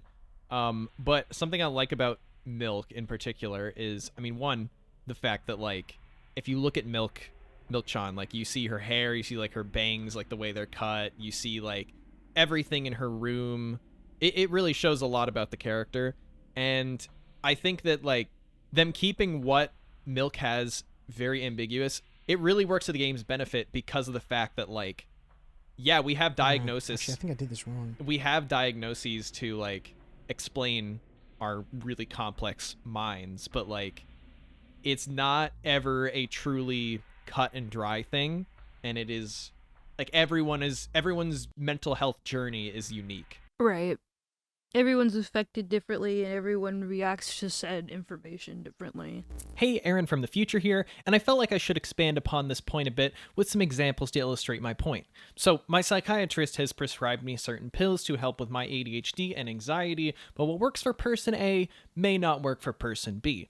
If you've been watching our Phoenix Wright videos, you'll remember that there was this moment where Autumn said that coffee makes her tired because of her ADHD, and me and Thomas don't experience that, yet we both have ADHD. So yeah, that's what I was getting at. We may have our guesses as to what disorders Milk-chan has, but her experiences are unique, and the game would rather focus on what it's like to live a day in her shoes. But like that, it's just like different parts of the game are going to mean different things to different people. So that's the thing about art, is when it comes to an artist, you're never going to have people grasp exactly what your vision was. However, it is the whole point of art is to leave it up to people's interpretation and how they consume your stuff, because that's the exact point of abstract art. You have a particular vision of it, however, many people will interpret it differently, and each has its own powerful meaning depending on how it's interpreted. There's also like it reminds me of the Dead Plate video, which you guys will see in a bit, but like I had basically said it's done, and then I went back to listen to my video essay at the end, and I was like, damn. There's certain moments where it's like I said, but actually, like 3 times, and it's like, okay, well, I need to like edit that in the script and change the wording of that because it's like not good to listen to. And then also like there's a point where I had a payoff without a setup, and I was like, damn, I need to go back and put in a setup. So there's a few things here and there that I'm refining about it, but you'll see it soon. But in that video, I made this point that I was like, this is either me reading too much into it or a deliberately intentional thing. And I wanted to put it in anyway, because like the more I thought about the game, the more I'm like, holy shit, I might be onto something. But like, I could just be huffing my own farts. Like it could just be like I get what you mean. There's two examples of like how I would, like if I were to write a video essay, how I would enjoy explaining it versus what it's like actually experiencing it. So I really enjoyed Iron Lung. I loved the psychological stuff. Like you couldn't tell if it was in his head or not of what was happening. I would love to sink my teeth into that topic. Versus something like Silent Hill. I know it's going to be a hot take. I did not like it from what I've seen of it. Oh, it's not for everyone. It was very filler feeling because it was just long periods of nothing happening or just not interesting enough things that didn't really get the story across to me. And it felt like that series was also milked pretty dry. As I asked Autumn, I said, I've tried to sit through Silent Hill multiple times and it just doesn't do it for me. Can you explain to me what the lore behind that is? And Autumn explained, it's a psychological representation of like guilt or whatever feelings he was having about killing his wife. And I was like, that seems like it could be pretty interesting to explore. However, I really don't think that Silent Hill hit it for me. It did not hit home for me. Instead, it was just a very boring game that people sexualized the enemies, and it just didn't have enough substance for me to really grasp what the writers were trying to build this narrative of. Which is very ironic because Bro, people sexualizing the enemies. The whole point of the enemies being so feminine, the whole reason why the enemies are feminine. Yeah, it's showing his like repression of like, I haven't been able to have sex for like years. I'm not saying as the game sexualizing it. I'm saying the people who consume it romanticize what the story is trying to push for its narrative, because it is supposed to be about the sexualization of women and the abuse that's regarding that, and I'm all for telling a narrative that way, but when people consume this content without you leaving enough breadcrumbs to say, hey, this is what this narrative is about, it's about the horrible aspect of sexualizing people, and then the people will just be like, ooh, boobs and legs, hunga bunga, and it does not hit the nail in hard enough to say, this is what my story is. This is not something to be romanticized. This is a story about abuse and cruelty and all the psychological stuff that comes from that. And instead, people just saw a sexy leg lady game with a bunch of walking. As for the sexualization aspect, it's really just dude couldn't, like, have sex with Mary for a while because she was terminally ill. So he has that repressed feelings. There's even, like, I mean, when he goes to Heaven's Night in the game, it's just, like, theorized that he could have been cheating on his wife. He could have just been going out to get some pussy because he's like, I can't. He can't control himself. But I think that, like, it's one where, like, Silent Hill 2 Remake, I loved it so much I made the long-ass video on it. But I'd say the part of the fandom that I hate is the fact that there are so many people who are angry that, like, they didn't sexualize Maria enough. Because, like, dude, why do you care? I think that, like... Yeah, why would you want that? Because the thing is, right? Alright, it's me, Aaron from the future, here again to explain something that I didn't quite explain well in the moment, as I was trying to just, like, get into it, but also rush through it at the same time, and the way I phrased it didn't make a whole lot of sense. So the remake's take on the story does a lot of show don't tell. I mean, not like the original doesn't also do a lot of show don't tell. I mean, literally the whole game is a mystery that you have to solve yourself. But an example of what I'm saying is that, like, in the original, the way you find out about James's history with alcohol is you walk up to a crate and you interact with it, and then, you know, the text appears telling you about it. But in the remake, Maria offers him a drink, and you can really see it in his facial expression. That's what I'm getting at. So it's a really cool way to, like, update the same story using modern hardware. Motion capture really is a beautiful thing, and my god, fucking Luke Roberts, man. This dude is the GOAT. He deserves every Oscar in the entire lineup. What the fuck am I saying? Anyways, Remake Maria poses questions that causes James to reflect on his actions and, you know, just look within himself and exposes his true thoughts.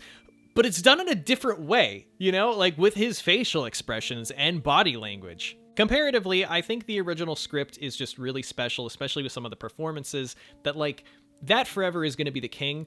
But man, I commend Bloober's team's efforts immensely for their creativity and, like, you know, what they've done with this game. And with that, I'll cut back to the part of my incoherent yapping. She is posing questions in a way that, like, causes James to, like, you know, his thoughts to, like, run wild, him really think about himself. So she was a lot more seductive this time. Like, basically doing something, dancing around the pole or whatever. And then, like, he's just kind of, like, looking at James like, are you gonna take advantage of, you know, are you gonna go for it? You know, that's more, I think it's just, like, it's a different take on the character. So I think that she was, despite showing less skin, actually more sexual in a sense in the remake, but it was handled very well. You know, they did a good job, but it was just she's more provocative than, like, literally showing skin. So Autumn is the mom and Milkchan, and Liz is the narrator. I am the voice in her head, and I'm also Tresca, but I don't know if Tresca's gonna show up in these other endings. Okay, so I just read what's in the red box and not the magenta box. If Milk-chan isn't saying it, yeah. Okay. And what about the things you use regularly? Do you refuse to touch them as well? It would make it even more interesting. This is so childish. And want to know what's the best part? You be the one doing it. Oh no. Oh, yes. I start panicking as soon as I get in a multiple choice situation. I'll just keep changing my mind and end up crying and running away. You want that to happen? You're such a handful. Okay, is this the branch point? Not yet, but it's about to come up. Like, literally after this one, Okay. I think. Do what you want. Now it's Liz. I go to the middle of the room and look around. Where would I hide if I were a tiny firefly? Ah, this is so thrilling. My heart gets warmer from the pleasant anticipation. Hey. What? Look down. I look down. After a moment, a small ball of light and warmth crawls out from under my sweater. Wowee. Wowee! Oh, I am assuming... Oh. I was about to say, actually, I feel like the other one would be... These choices don't matter.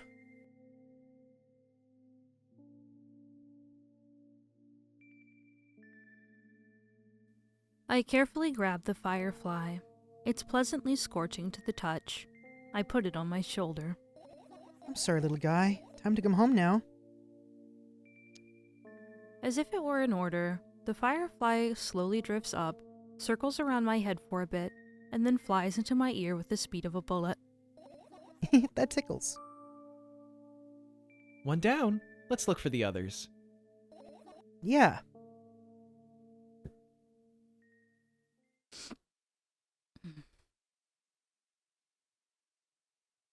Computer. I look at my laptop. I haven't touched it for years, so it's covered with a layer of dust as thick as my finger. Bizarre item. I fear it. Why? It's a long and boring story. Wonderful. Tell me about it. I insist. I don't remember how it appeared in my room. One of my parents probably brought it here because they couldn't find a better place for it. They didn't prohibit me from using it. On the other hand, they encouraged me to do so. Sure, I've spent my whole days in front of the screen, games, drawing, engineering calculator, 3D modeling. So much fun stuff to do. You had amusing hobbies. Yeah, I did. Before entering the web. Imagine this. You're a hamster that lives underground. You have everything for comfortable living. Did you imagine? As always, your analogies are spot on. Okay, I imagined. Alright, so you're a hamster that lives underground. You have everything for comfortable living, okay? We've definitely gone through this conversation before, but is this like... Yes, it's going to branch into this conversation. Okay. Wonderful, and here's the situation. You're a hamster that lives... Okay, I got it. Do you want to talk about something else? Yeah. Now this is the branching question right here. You'll end up returning to that subject anyway. On one wonderful day, someone digs you up from your hamster house and brings you to the pet store. Now your new home is a cage. It's way more comfortable and warm compared to the underground. And the most important part, you have a lot of neighbors here. Their cages are identical to yours, and the other hamsters look identical to you too.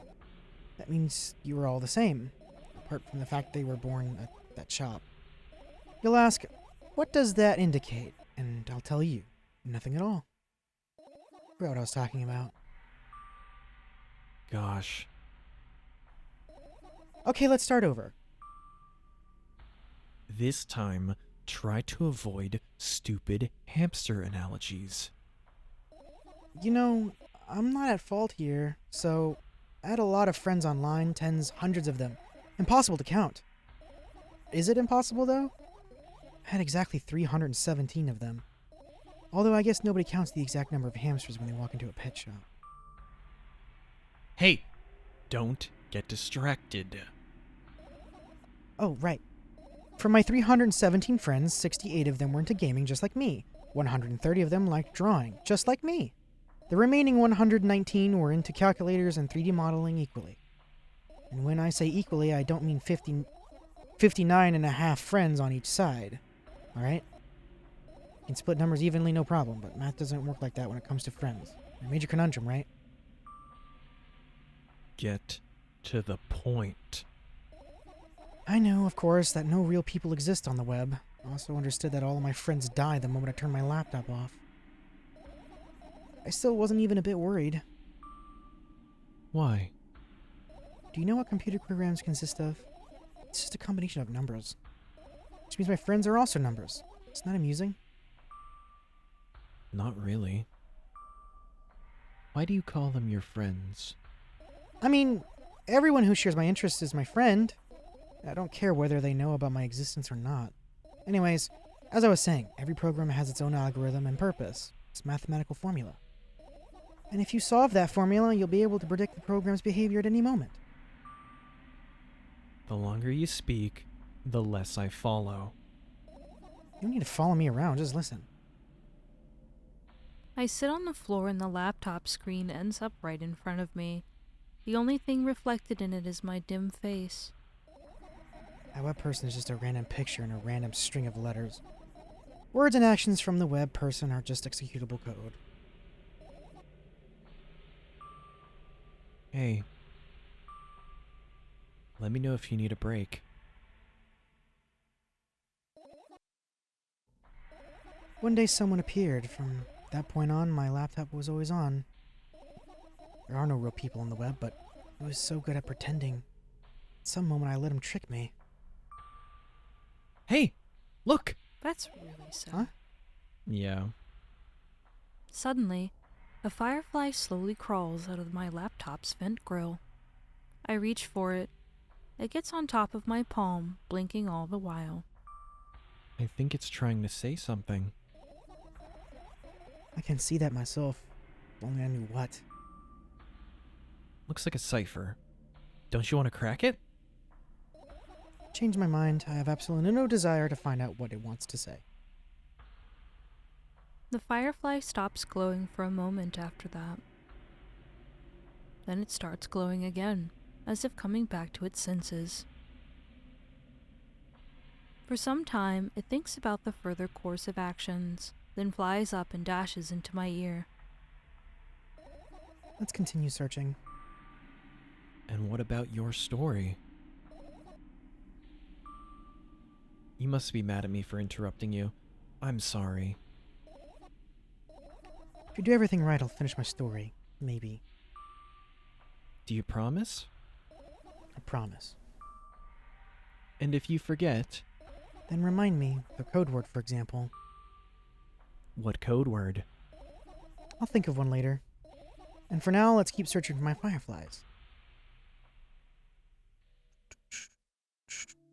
Okay, this is a part where we can just skip over everything. It's just gonna make us go through all the firefly searching again. Man, the fact that she is just like viewing people, who are definitely real people that she's communicating with online. The fact that she's viewing them as not real. Ouch. She believes most things are fake from what I've seen. Like, she believes people are monsters or just code or not even there. This isolated world that she's built for herself unintentionally. To the point where pretty much anything she knows is just her room. Okay, so now it said finish searching any way you want, so I'm assuming I don't need to collect all the fireflies. It's like, it's her room is her world. Occasionally she gets out, but then the moment that she does get out, she's just fixated on home. Right. You remember the last game when they kept saying "oh" over and over again? And then you get back home, and then you see the endless void, which is another O. Literally, like, the save game screen is an O. You know, it's just, it's everything. I've managed to gather my thoughts, but something still worries me. On the other hand, I wasn't supposed to be happy anyway. Why not?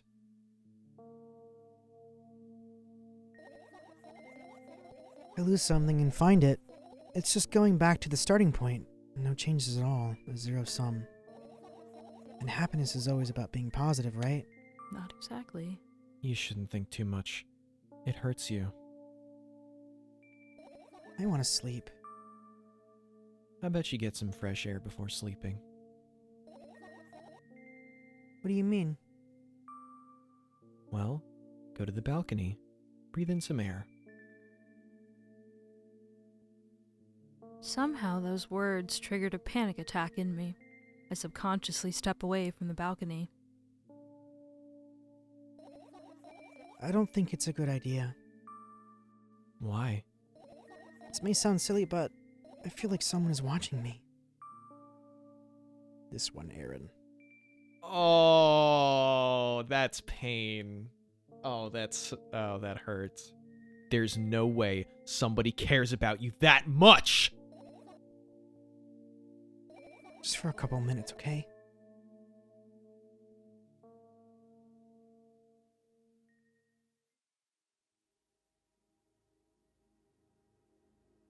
Oh, fuck. Oh.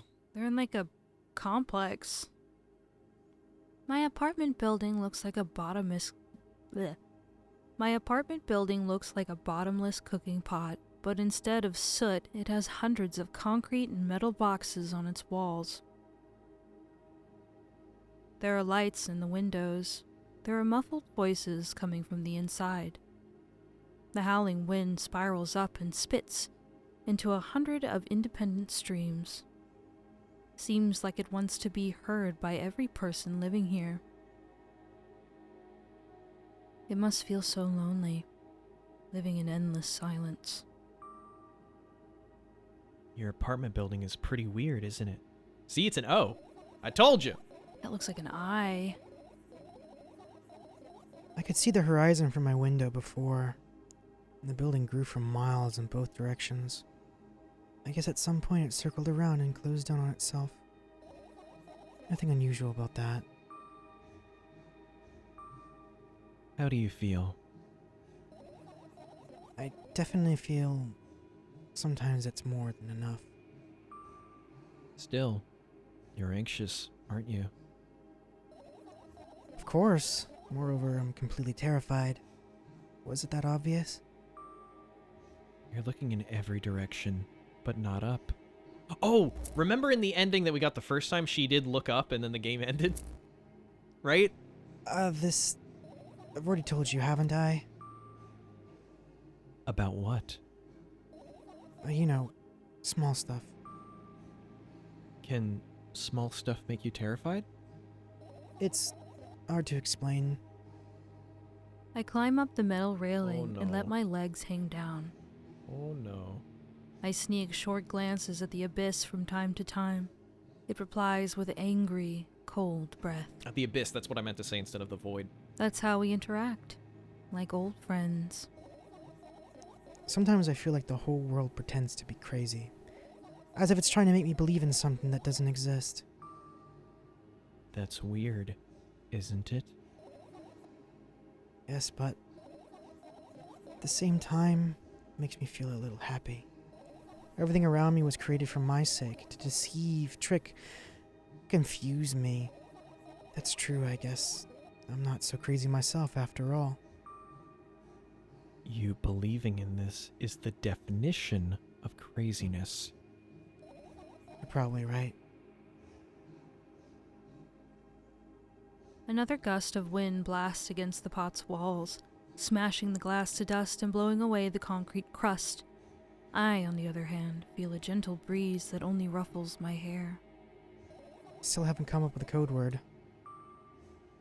You are the one to remember your promise. You don't need a code word anymore. I don't like when this happens. I want to remember certain things only when I want to. Nonetheless, you've made that promise. And I'll keep it. But you need to keep in mind that from this moment on, every word will bring me pain. I bend down and imagine falling into the abyss. I have exactly 2 minutes before I meet my end.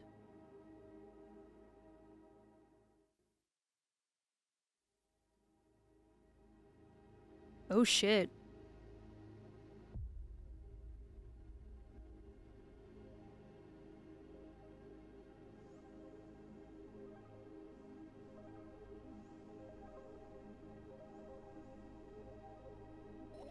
I had a friend online. My best friend. Even though the combination of letters he used instead of his name wasn't that cool. Oh, the combination of pixels he had instead of his photo was also boring and unattractive. So strange and wrong. Breaking the rules of being online. Why was he doing that? Maybe his code was a few lines short? I don't quite get what you mean. I could tell you about those rules. Can't find them anywhere, but I'm smart, so I figured them out myself. Although, I'm not sure if I should divulge them. Why? When I try to say what I think out loud, I tend to make mistakes. If I make just a single one, everything that comes after contradicts my thoughts. And I end up with the opposite position. I don't want that. According to your logic, it'd be better to keep that mouth shut forever. Oh, no, man. Yeah, that's my dream. Keep my mouth shut. Never get up from bed. Never see or hear anything. Just dream on and on. Why is everything so terrible? Don't get distracted. So, what was that about your friend? My friend? Yes. He was brazen enough to... Come on, gather your thoughts. He somehow made me believe that he was real. He kept describing someone else's life to me in detail, as if it was him. And then he expected me to do the same. And then I told him everything about myself without hiding a single thing. I grit my teeth. The wind whips my face without mercy. It slices my skin into uneven stripes, as if it's a piece of thin cloth. He knew more about me than anybody else in the world. And you know what he did? Yes.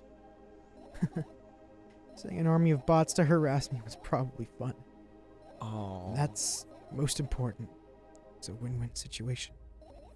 They spawn here and there, simple bits of code that were effortless to run. No wonder the algorithm assigns that pattern more often than the others from the list. Text and video generators get to work at the same time. My name surfaces on the web more and more. It's unbearable. Unbearable. From under every corner, every balcony, ceiling, attic, wall, I always feel many pairs of watchful eyes directed at me. And how they watch me from the screens too. But I'll put an end to it. Decided that a long time ago. Though, maybe I only decided that only. My body finally crashes into the ground, smashing into millions of tiny pieces like porcelain. It's my second death for today already. Cold. Let's go back inside. That explains a lot more of like why she's so isolated now, and like it's really, really rough in the age of just where technology is headed, with the way that like AI is just going to make our lives even worse, and it's going to cause more people to have traumatic shit like this happen. It just makes me wonder, what did this so-called friend like find out, and why they either they sent actual bots or they sent actual people to Honestly, learn about Milk-chan and talk about Milk-chan and whatever. So it makes me wonder what was said in those conversations. I don't know, but I think it may be a situation like, you know, where people find someone who's mentally unwell and has a lot of problems, and they see it as an easy target, especially in the older days of the internet. And it was just all dogpiling and ganging up on those people. Right. Hey, the background changed. It did. I returned to my room. Thankfully, it hasn't changed one bit during the minutes I was outside. Okay, so that was one thing that we needed to see. And now we have to restart the game and load from the save again. Okay. So there wasn't any ending tied to that, or... The thing is that we missed that death, but it ties into ending 1, which is the one we already have. Okay. Yeah, it kind of did because of the fact that she looked up and then the game ended into the void. But then it's just like our first ending was super abrupt. My guess now that we've seen that ending is actually that Tresca is just a kind of hodgepodge of these people that she's met online, right, that have harassed her. Because you see how Tresca goes back and forth between being like super friendly and then super mean, and he's just a bit of both. And it's just very confusing when you read him as a character. You're like, why is he just going back and forth over and over and over again? I think it's probably just like more people she's interacted with that she thought were going to be her friend, and then they just turned out to be bullies. Yeah. And Tresca may be this kind of a manifestation of that. So that's why I think that that guide says that they tie in together.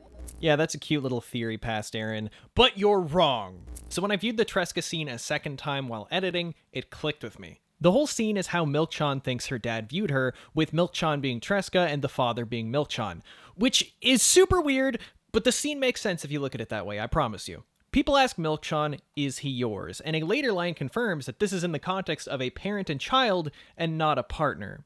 Is he yours? Yes. Just leave him home next time. And for the fact that your son is a retard too. And then take a look at how everyone else reacts when Tresca tries to buy milk. Just leave him home next time. People in the queue nod in agreement. Pay for the goods, please. Yes, of course. And the waiting fee. What? You heard me. I did, but that's unheard of. Tresca starts giggling all of a sudden. The way that Tresca flips emotions real quick and starts giggling could be a coping mechanism or maybe just a response to an overwhelming situation. It could also be dissociative identity disorder, but I don't know much about DID because I'm not an expert and, this is just a guess. But also the way the music changes when Tresca is alone with quote-unquote dad versus with other people is pretty telling as well. I grab Tresca's hand and lead him away. He's still looking up at the customer, his mouth ajar and eyes popped. He's also shaking. Only when we turn around the corner, Tresca calms down. What was that?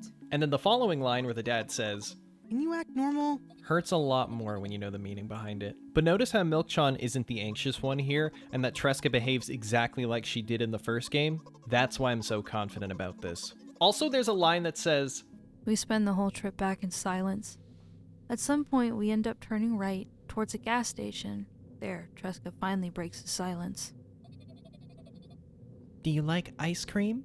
And it's the wording of that really makes it seem like this is a reenactment of a real-life car ride Milk-chan had with her dad before he killed himself. Specifically, the car ride that she mentions in the part that you'll see later in the video. I also think she has a flashback to this moment in the first game when she walks to that same gas station and she almost got hit by a truck. Thank you for your interest. I feel like a mile-long bar of ice cream. That's why she was really dazed and out of it for a second. And finally, we get the climax of the dream sequence where Tresca says, "It seems like you're not helping me at all," which is either something that Milk-chan said to her father or why she thinks her father killed himself. While the scene is super cryptic, I think it explains a bit more of why Milk-chan had a rough time buying milk, aside from her already high levels of anxiety. Like, we see the parallels with the ice cream thing and, Today is the first time I've ever been able to buy something in a store without a major incident. is said in the same conversation as, I've been thinking more and more about what my life has become ever since my dad... Well, Anyways, back to the main video. Here we go. Oh, Literally, oh. I missed it. I wasn't looking. So Autumn, did we skip through the dialogue that I don't think so, because it said was after. different? It says the ending occurs when the girl goes to sleep. The background's changed again. All right, here it is slowed down. It is the same dialogue. It is just a different image. Oh, also something really interesting is when I went to go make the thumbnail and I went to Spriter's resource, which is where I usually go to get the raw assets to use in thumbnails for videos. In this section, there are so many backgrounds. I'm assuming we just get a random one every run, but they were all too cool not to show off. I returned to my room. Thankfully, it hasn't changed one bit during the minutes I was outside. Without a second thought, I go toward my laptop and yank the power cable from the outlet. That's it. That's it. That's it. What are you going to do? What's with this silly question? I'm going to go to sleep, of course. Hoping that tomorrow will only come after a year or decade. Imagining myself to be outside of my mortal shell, but at the same time still being me. Ridiculous, like milk outside a bag of milk, and yet... Roll credits. And yet, You don't have to talk out loud for me to understand that you're worried about me. I know that already. I also know that our time is running short. you won't take another pill. Of course not. In fact, I won't take it tomorrow either. And the day after tomorrow. And never ever. That's a goodbye then? No. I have one more small favor to ask. A really, really small one. What is it? I've blurted out way too much today. A lot of stuff I'd want to forget forever. I don't blame you, but was it really necessary? You'll see tomorrow. No, I wouldn't be able to sleep like this. Fine. What's the favor? I nervously scratch my wrist and bite on my lower lip. Wait a minute. You're afraid to tell me? Yes. I'm also scared that something bad might happen if I tell you. I'm also scared that when something bad happens, something way worse will happen. Stop! I get it already. Still, I won't leave you alone until you tell me. Bully.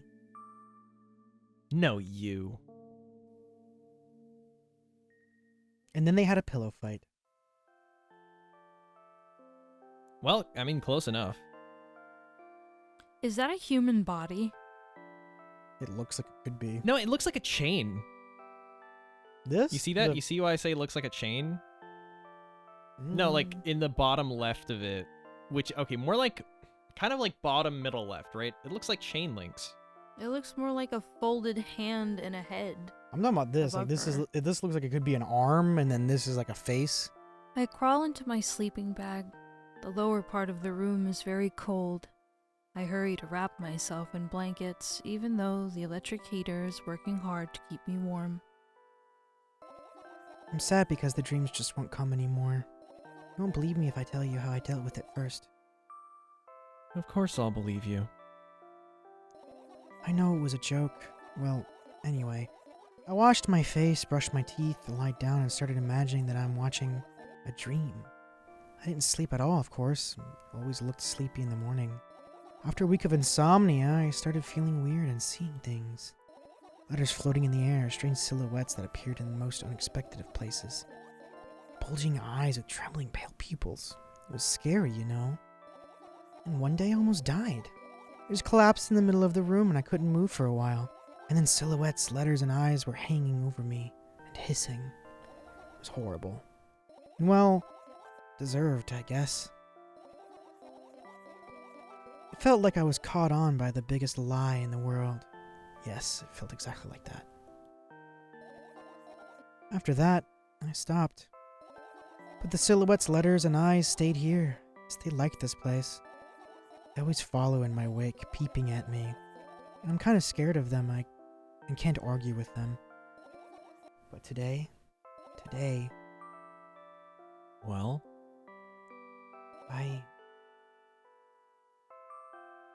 Still too scared to tell me? Of course, they're still listening, you know. Use your hands. Alright. I start chaotically twirling my fingers with enthusiasm, forming complex shapes. You want me to tell you a bedtime story? Shh. I was trying so hard here. Don't you get it? They're a healer to you. Relax. Nobody can hear you. So what do you say? I'd be happy to, but I have no idea how to tell them. Oh, it's incredibly easy. Just talk about something without stopping.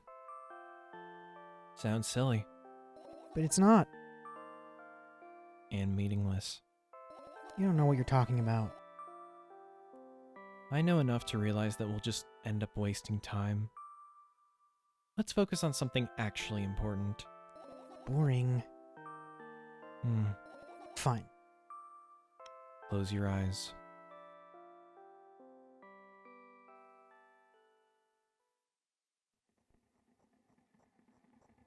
I wake up lying on the cold floor in the center of a cramped room. I look around without standing up.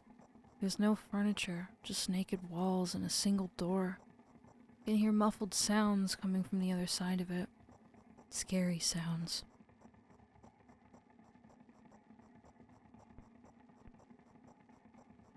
I hug my knees and wrap myself in my sweater like it's a blanket. It's no use. I'm chilled to the bone. The room is pretty spacious, but I still can't shake the feeling that I'm trapped inside a suffocating casket, and the faint blue glow that sneaks in through the keyhole only adds to that feeling. Do I want to know what's outside? As if on cue, an inhuman roar comes from the other side of the door. It becomes louder and louder, more and more distinct with every passing second. Somebody or something is getting closer. I curl into a ball, trying to take up as little space as possible. Maybe I can become invisible or become smaller in some miraculous way. In the meantime, the howl becomes unbearably loud, but only for a moment. Then it sheepishly backs off, until I can't hear it anymore. I finally decide to stand up.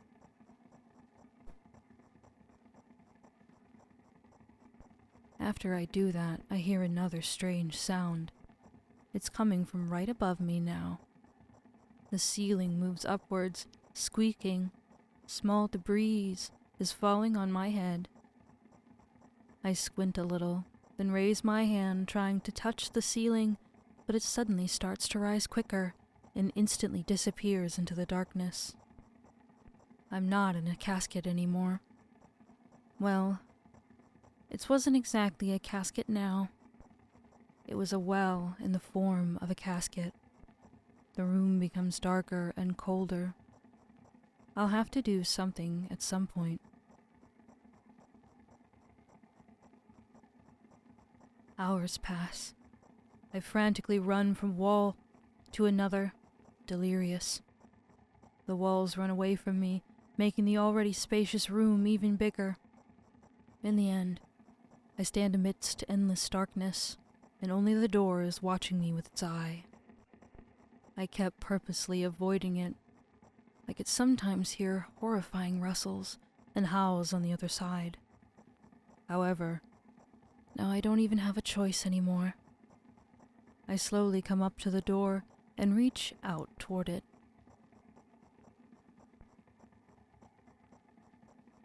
As expected, the door also moves away from me. I continue moving forward with my hands stretched out. I don't want to lose the only source of light in this pitch-black darkness. At some point I get tired of sneaking up on the door like it's some wild animal, so I lunge at it, trying to grab the handle. However, at the last moment, the door whizzes away and I fall to the cold floor, unable to keep my balance. It hurts.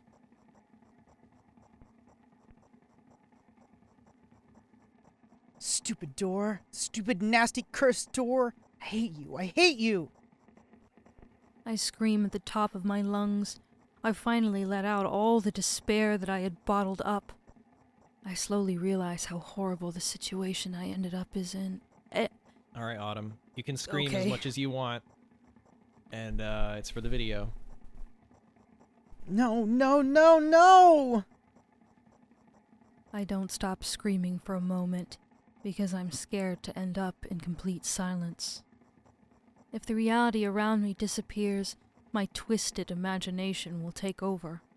And the realest thing I have right now is my voice. Hey, I can hear you. A voice, coming from the other side of the door. I'm here. Come closer. I scream thrice as hard as before. I scream until my throat hurts, until my ears start buzzing. My biggest wish right now is to keep in touch with that person, whoever they are. Hey, where are you? Oh. Now I see how it really connects. I rush toward the door, stumbling on the way. I keep running for a minute, for 10 minutes, but the door isn't even an inch closer. At the same time, the distance between us haven't grown either, which means I match it in speed. I just need to make one final push. I gather the last bit of strength I have and push my legs off the ground. The jump feels like an eternity. I stretch out my hand, almost touching the scratchy wood.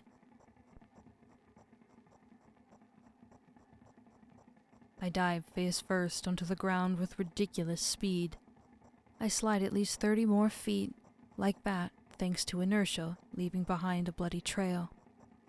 My hand is still outstretched, trying to grab empty space.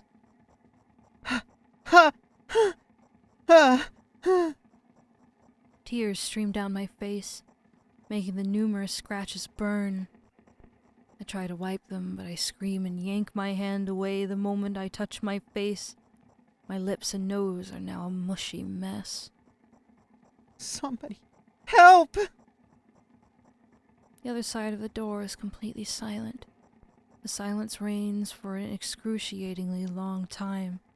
However, at some point that silent torture ends. Hey, I can see you. Unless that was not me speaking? I think that was someone else speaking. I don't think that was me speaking. I try to reply, but the stifled whimpers come out of my throat instead of words. Are you hurt? Yes! Yes! I stand up from my knees despite continuing to cry. I take a couple of deep breaths and start running again. I keep running for hours. I feel like the door is closer to me by an inch or two now. I almost let myself stop for rest at that thought. I can't rest. I'll catch up to it sooner or later. The voice from the other side of the door keeps asking me how I feel. I let out heavy, ragged breaths in reply. I'll fall from exhaustion if I utter even a single word. Still, I'm thankful to them and don't want them to become silent. After another hour passes, I barely scratch the handle with my nails. I'm almost there. I'm so scared. Why aren't you doing anything? Unless that also wasn't... I don't know. It doesn't label No, I it think that's any- still you. I think that's you. Why are they doing this to me? Don't they understand how painful this is for me? Almost there. You're scaring me. Go away!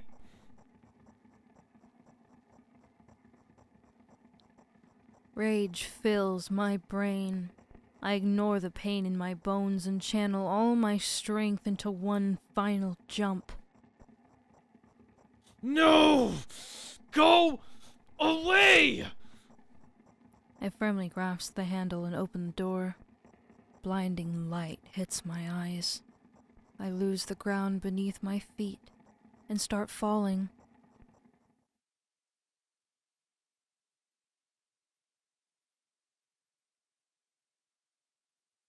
I'm lying face down in grass. I smell water, earth, and the dampness of the night, and grass, of course. The wind tickles the back of my head. It howls and jumps around restlessly. Lying down like this is unpleasant and rude when nature is so alive around me with sounds, and I'm pretty sure colors too. I stand up, full of anticipation. I see an endless field, a clear sky without a single star, and a pale moon somewhere very, very far away. I shake my head and try to focus my eyes on anything, but to no avail. My surroundings are just too vast. I feel dizzy.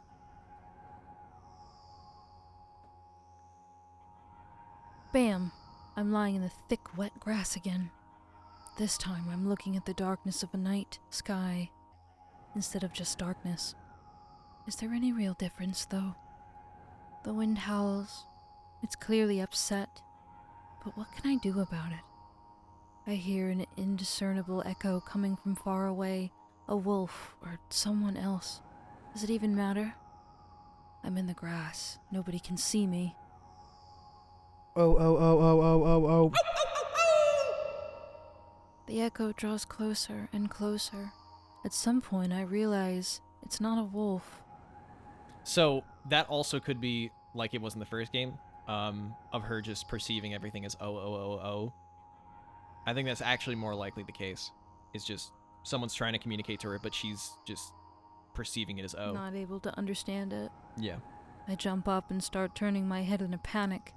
Where is that sound coming from? I haven't said that out loud, but got an instant reply. Oh, oh, oh, oh, oh, oh, oh, oh. Hey, I can hear you. My voice runs across the field, mixing with the rustle of grass and the howls of the wind. It feels like it's about to get absorbed by them, but... Oh, oh, oh, oh, oh, oh, oh. I hear this as like those little 8-bit like text noises, like how Sans speaks. That's how I'm kind of interpreting this. Autumn, your impression of that is scarily good. Are you some kind of Undertale obsessed fan or something like that? Are you? No, I'm a Deltarune obsessed fan. Hey, where are you? All right, we're just gonna run with Sans for now until we see more of this person, if we do. I can't understand where I should run to, and if I should run at all. Somebody clearly wants me to find and help them. Maybe they're hurt? Homegirl, I think you are the hurt one. The grass tickles my heels while I drag my feet in the direction where I think the sound is coming from. It's just... there's not a single tree or stone around. Only an endlessly wide field. I hear a resounding, painful scream. I shut my eyes and cover my ears. I suddenly feel scared. The scream turns into a cry. I carefully raise my head, still scared to death. Somewhere, very far away, among the thick grass, I spot a silhouette. Just a small black spot, but... Hey, I can see you. The silhouette doesn't move, but the sound is definitely coming from its direction. No, it's not a scream, or like a whisper or a wheeze. Are you hurt? No reaction again, just muffled sounds. Maybe it's the wind going mad, and the black spot is just a stone or a tree.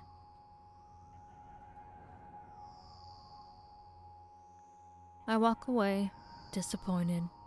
100 steps, 200 steps. Then I turn around. Surprisingly, the spot hasn't become smaller. I start jogging. The grass is no longer tickling me. It's whipping my ankles, leaving cuts.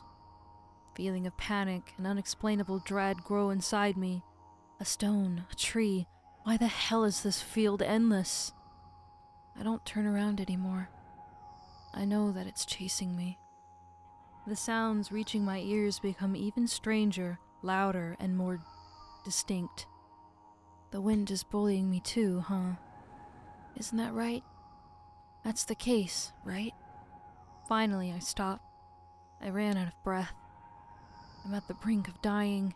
At least I think so. The horrifying voice is coming right from behind me. I turn around instinctively, and for some reason, try to shield my face, but end up losing balance and falling to the ground. The grass replies with nasty, cackling rustle. I've had enough. I spring up. The silhouette is still there, the same distance as before. It's standing there, without moving an inch. I'm scared here, you know. Why won't you do anything?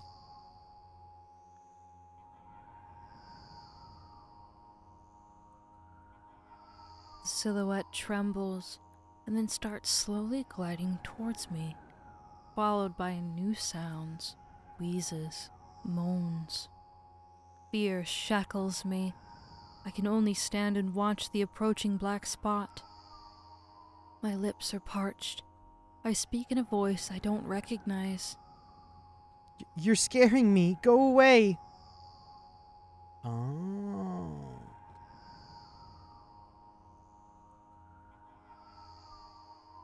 After that, the spot expands rapidly, and in the blink of an eye, most of the sky in the field is consumed by the sticky, cold darkness. Paralysis finally lets my body go, and I immediately sprint away. I run so fast that the grass turns into dark green mush under my feet. I slip up, fall, and run again. Yeah, this does read to me as metaphorical for, like, the real-life trolls that were attacking her online. Like, the first friend that was really nice, and then all of the people who started dogpiling. I think it's that part of her wants to get out of the situation that she's in, which is the one that's in the trapped room. And because of that, she wants out of it so bad that she's actually keeping herself there. Because when we see her in the dark black room, she's chasing after a light. And that light just so happened to also say the exact same things that she said when she was being chased by that dark figure. I'd say it's a double-edged sword. She wants out of it so bad that she ends up trapping any chance of her getting out. I was going to say it's kind of like the harder you try to sleep, the harder it is to fall asleep kind of thing. No, no, no, no.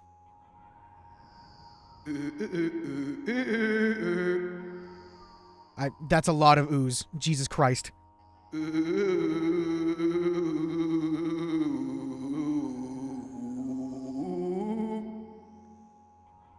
No, go away. An unknown force turns my head with a crunching sound, and the darkness consumes everything.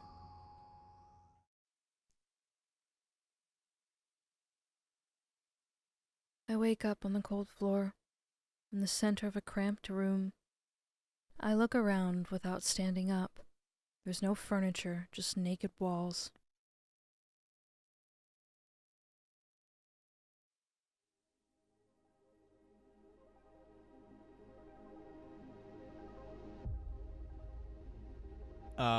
That's what the first ending was, the cutscene we saw.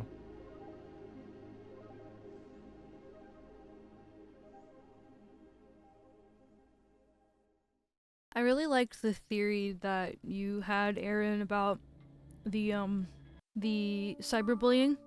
I feel like I could interpret it as she's isolating herself and she actively wants to connect with someone subconsciously, but she's always just out of reach because she's afraid of doing so. Yeah. And when she finally reaches that, she goes through this process of, unfortunately, finding the wrong people in a massive field that could have hundreds.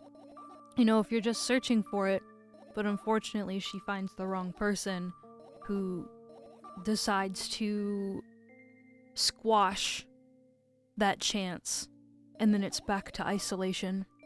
That little taste of freedom just ripped away. Oh, wait, that's different. It's an eye. I mean, in a way that does tie into why there's, like, multiple endings. Endings that connect with each other that you have to experience in a certain order. You know, if she's back to isolation, here we are. All right. Now, this is in itself an ending. It's when we don't trigger the first time she dies through strangulation. We don't trigger the second time she dies by falling. We don't do one thing, and we don't do any of the Firefly shit. It's just this. Don't even move the mouse. Just keep it there. I don't want to accidentally select something in case something new shows up. Oh, okay. Close your eyes. Don't look at the sky. Whoa, don't achievement? see. Yeah, it's a new ending. Oh, wow. You've been getting them, yeah. I wake up and immediately almost lose consciousness from horror. A thin metal stairway snakes around a giant column, disappearing into the darkness. I press myself into the cold wall and pray that I freeze into it. This feeling. I know I've spent a couple of hours or days here, but I don't know how high the column is. I don't know whether I'm going up or down. I have to say this thought before it leaves my head. I think I know exactly why the previous ending that we saw with the green, why that was in a like letterbox, smaller aspect ratio. They were trying to convey this like claustrophobic, trapped feeling. Because that's immediately the first question I had in my head when I was like, wait, why are they using the full screen this time? Why is it not smaller like the last one was? Now it's too open, not enough to stand on. It's invoking emotion. Yeah. Those little subtle things in games is what really gets me. I'm glad you pointed that out. Yeah, because all of this stuff, I mean, there's definitely stuff here and there that we're like missing. You know, it's such a rich and abstract piece of art that there's definitely, I think I said this in the first recording as well, there's gonna be stuff in this game that only means something to the dev themselves and no one else is gonna understand. I think, at least. Oh, it's dissolving.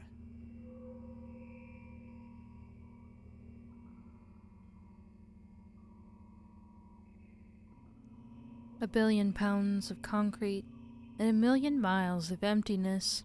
It's impossible to stay sane when you're near cosmic numbers like that. Looking at them, touching them, even thinking of them makes me feel unimaginable horror. It was just a matter of time before my short term here will end. My mind will melt and my body will turn to dust. The wall's coarse surface scratches my face. The steps under my feet hum from wind, eager to escape the concrete's clutches and dive into the abyss along with me. But I'll stay here. I'll stay here without going anywhere. I won't even open my mouth. My every word will be swallowed up by the abyss. I won't take a single step. Why would I? To find out where the stairway abruptly ends. Now, from an artist's perspective, just a little tangent here, with the way the character's foot is positioned and the way that the canvas is framed, I interpret that this character is going up the column, not down. Yeah, plus their face is pointing to the right. That's what I mean. Towards the increase. With the character's position and the way they're facing the stairs, the way that the stairs are framed in this. The stairs also have a sort of tilt to them, like they're not straight. They're like at like a 5-degree angle. You see what Slanted. You see what I mean? They're like kind of slanted, askew. That's the word I'm looking for. It's all meaningless.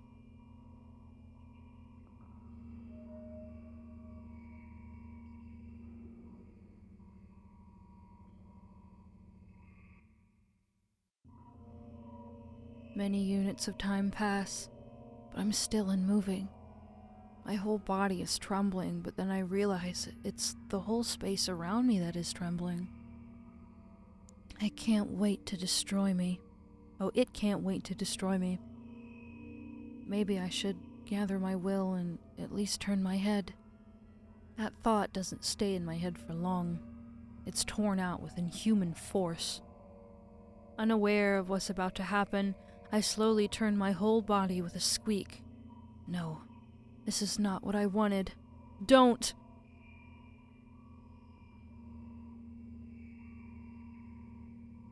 Amongst the silence sings a lonely colossus unmoving, until the music stops. The bridge across the dark abyss cannot be seen.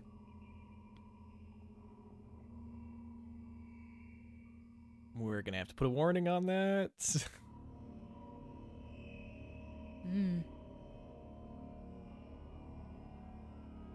Oppressive, thick, sticky air drives itself into my ears, silencing my thoughts with a haphazard string of words while I watch the scene before me unfold. This reminds me so much of Junji Ito's Uzumaki. You'll know what I'm talking about if you've read it. Hundreds of giant concrete structures just like mine spread in tidy rows, endlessly in all directions. Stairways wrap around them like vines. There, at the end of this world, there's a person smiling. This world still exists, but all that makes it both exist and not. I try to erect a mind block, but to no avail. My brain is already at the mercy of the super creature. A moment passes, and I realize that my body doesn't belong to me either anymore. My legs start moving on their own. The only thing I can do is choose a direction. Up, down, or... The crowd notices blood on the Wazik's hands. He runs away. Mendel appears. He has nothing human about him apart from his excessive grace and hidden elegance. He walks out to the center of the stage. First act begins. Foreign thoughts become even more incoherent. There's less and less space for my own. Yeah, I also want to point out in this part right here, it kind of looks like face is going up and down really fast. You know, like I kind of see a nose in there, maybe some hair. Yeah. Yeah, 4-dimensional face. I can see it. Do you feel the connection to your body clearly, or does it still cause confusion and fear? If you've been living through that fear a lot recently, how did it manifest exactly? Answer honestly. Don't hide anything.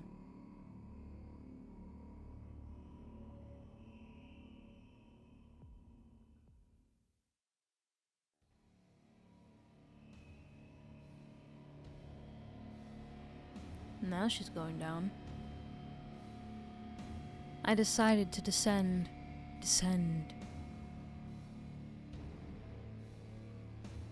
You can have a sneaking suspicion that something is wrong because your path has changed. Maybe you started talking in a wrong way or made some sort of mistake. If so, start getting used to your new life. Why do I feel like we might be in a therapist office? Maybe that's why we're seeing like little bits of human faces in this mess that we're looking at. I think that's how she's perceiving her therapist. Well, from what I know about therapy is sometimes they do a method of physically walking through what you see, and they ask you what you're interpreting, and then... I don't really know how to describe it. It's not hypnosis. It's sort of having you picture what you're doing and describe what you're doing, and that has a deeper meaning than you may realize. It's called EMDR. It's emotional deregulation.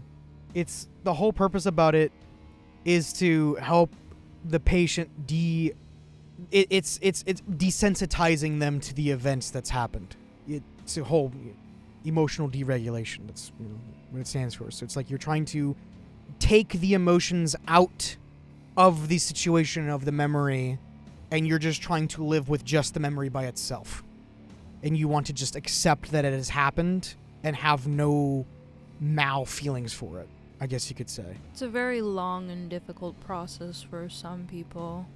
Try creating imagery that would instill the feeling that everything is as it should be, and with time, it will create a new order inside you. That just further proves my hypothesis. So you know how, like... Yep. There's exposure therapy for people who have, like, fears for, like, water or fears of, like, certain colors or sounds, right? If you expose them to that continuously over an amount of time, then they will get used to being exposed to it and no longer have a visceral reaction to it, right? So think of it... Desensitization. Desensitizing. And Yes. what EMDR is trying to do is essentially be, exposure therapy within your own head, essentially. It's a mental version of that, yeah. I don't doubt that you're going through some hard times, but you have to make sacrifices. Grow up. Only then you'll be able to obtain the meaning of life. Do you get it? Try that if you find it important. Every passing day is a precious gift. If you share a piece of that gift with the world even once, it'll seem like a speck of dust. Do you get it? No, I'm sorry. I won't get that then. Do you get it? Do you get it? Do you get it? Yes, even you get it. When you notice how people look at themselves in the mirror, when you look at your own reflection and realize that it exists in reality, do you understand how exactly it exists?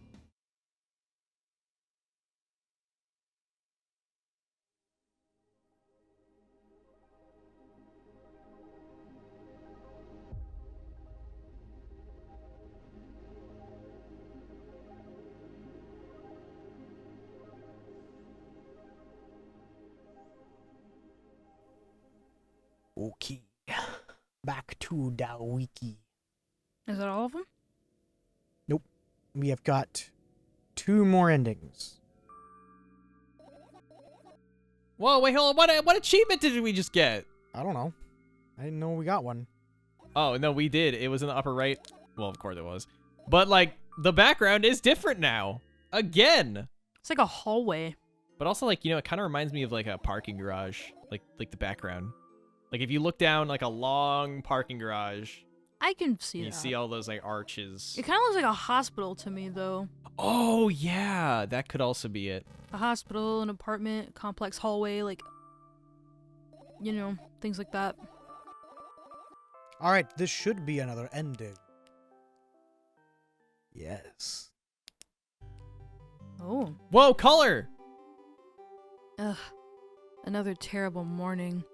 Boo. Why is my face always so stupid? I wonder what the others at school will think.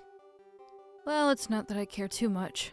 I just don't want to be branded a loser on my first day. Oh, I think this is a flashback. Cheer up. There's nothing wrong with looking different.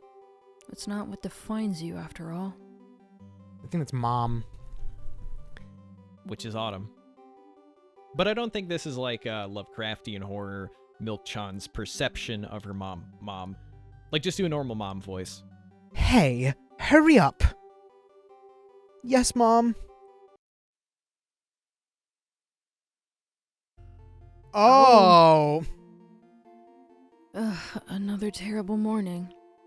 Why is my face always so stupid? I wonder what the others at school will think. My prediction is that we're gonna see the world slowly start to turn red, and her skin to start to turn more green. Maybe? Eh? Eh? See? See? Well, it's not that I care too much. I just don't want to be branded a loser on my first day. Cheer up. There's nothing wrong with looking different. That's not what defines you, after all. Hey, hurry up.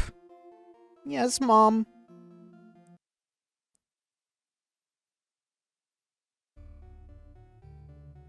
That's terrifying. Another terrible morning. Boo. Why is my face always so stupid? I wonder what the others at school will think. I mean, honestly, I think the point of this ending is just to show what body dysmorphia is like. Well, it's not that I care too much.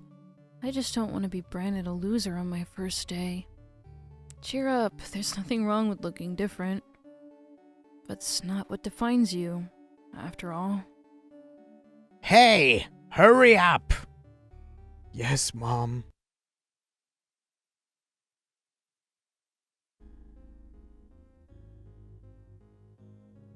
Ugh, another terrible morning. Why is my face always so stupid? I wonder what the others at school will think. Well, it's not that I care too much. I just don't want to be branded a loser on my first day. Cheer up, there's nothing wrong with looking different. It's not what defines you, after all. Hey. I also think this is meant to show just a complete rejection of her face and appearance. Beforehand, it was like things of like, oh, my neck is too long, my eyes are like not on the same level and like perfectly symmetrical. It's way dramatized, but that's meant to show how she's like viewing the slight imperfections, and she's viewing those imperfections as like legitimate flaws with her appearance. But that's just how we are as humans. Well, it's a funny thing you say that, because it's like quite literally biology in humans is that their faces are never symmetrical. In no way, shape, or form are humans' faces symmetrical. It's just that the facial recognition pattern we have in our brains makes it look symmetrical in the after process, I guess you could say. I wanted to comment that I feel it could be an interpretation of how she feels. I've read a story in the past called The Hole in My Face, which was a physical representation of being a liar. And I feel like with the things that I have seen from her face, with the first eyes being lopsided, she's not seeing things perfectly anymore. Things seem off, things feel off because of the way that she's viewing them, perceiving them. The second one with her throat, it could be that, given the fact that she has trouble vocalizing how she feels because of this fear, she feels choked up, she feels like she shouldn't speak, her throat is in a knot. Yeah. And that could be a physical representation of that. And with her face missing, I feel like it's because she doesn't recognize herself anymore. It's missing. Something's missing. The part of her, her head is not quite right, and she doesn't recognize her own face, her own memories, her own self and being. The reflection does not feel the same anymore, and it's missing. Yes, Mom. And, oh. Interesting. Another terrible morning. It's like she's got antlers of hair. Why is my face so stupid? I wonder what the others at school will think. It's not that I care too much. I just don't want to be branded a loser on my first day. Cheer up, there's nothing wrong with looking different. It's not what defines you, after all. Hey, hurry up. Yes, Mom. Face is gone. Oh, no, there's two of them now. Disassociation, maybe? Another terrible morning. Why is my face always so stupid? I wonder what the others at school will think. It's not like I care too much. I just don't want to be branded a loser on my first day. Cheer up, there's nothing wrong with looking different. It's not what defines you, after all. Hey, hurry up. Yes, Mom.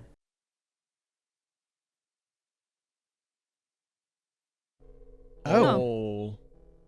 Oh, dear. Another terrible morning. Why is my face always so stupid? I wonder what the others at school will think. It's not that I care too much. I just don't want to be branded a loser on my first day. Cheer up, there's nothing wrong with looking different. It's not what defines you, after all. Her eyes are upside down, might I add. At least I think they are. Hey, hurry up. Yes, Mom. How many more times are we going to go through this? At least one more. Spiders. Another terrible morning. Why is my face always so stupid? I wonder what the others at school will think. It's not that I care too much. Oh, wait, no, the eyes weren't upside down. You can see the little bags under them. You're right. You're right. I don't think we have to reread this bit. We can just kind of see the other faces at this point.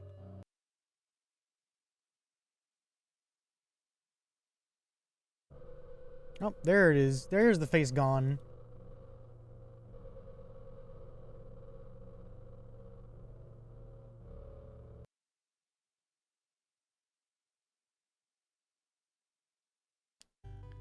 Oh, this is different.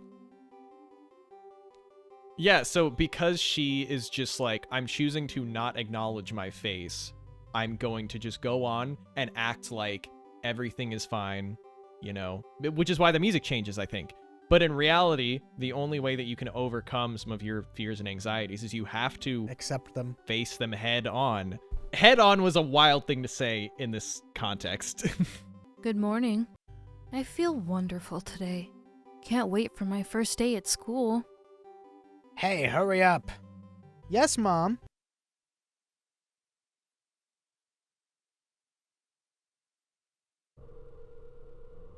She's completely turned away from herself. Yup. That's when she rejected the world and sealed herself away. Okie dokie. We have one ending left. Okay, we must grab something. Where is it? Is that? What's this? So this must be the true ending.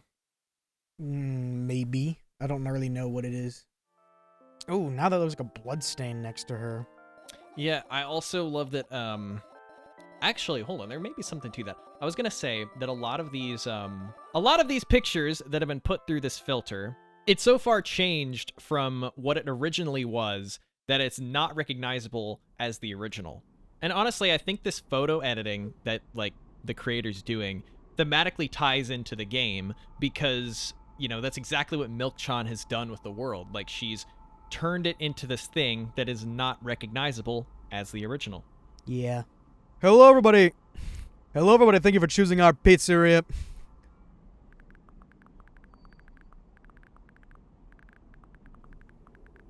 I'm gonna assume that's her. You know, this place is so empty. Hold on. No, so I also, the fact that, like, you can hear the little, like, text clicks, you know, as, like, the dialogue is coming up, I think that's also important because we haven't been able to hear that before, but now we can. So maybe this is more like actual reality than we've seen the rest of the game? Maybe. You know, this place is so empty, though I don't feel particularly good or bad because of it. I'm all alone, but at the same time it feels like I'm not. There's a lot of thoughts in my head. They always seem to keep me entertained. I can create a whole world with them. I'm sure it'll be able to fill the void around me if I try hard enough. I think that's where it comes in right there. What did I fucking say? Although, no matter how much I think, my surroundings don't change. Yes, things happened in my head, but they never left its premises.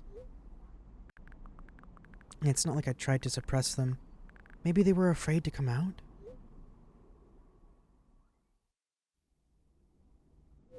Therapist office. What kind of pizza would you like to order? Wait, no, this is the conversation she's having with her one friend. Maybe. Oh. That's why it sounds like the clicks of an iPhone and then iPhone sending. Anyway, there's so much space in my head that could be put to good use. So every Yeah, 'cause thought she's would also make holding the phone there. a senseless and merciless circle in my head destined to go back to where it started. But there should be an end somewhere. Can't wander around forever. What do you think? I know it sounds scary, but it's not scarier than constantly existing among the void. This place is safe, and nothing bad will happen here. Nothing good will happen either, though.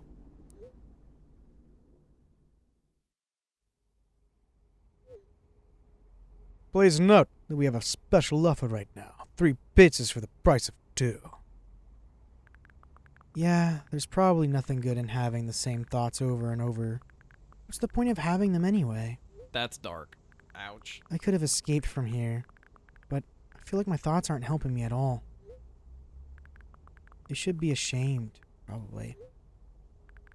It's nobody's fault that I can't even see a door here. Could have had it easier with one. I tried to find it. It turned out to be a waste of time. No matter where I look, it's not looking good. Pun not intended. And that strips me of the last bit of hope for salvation.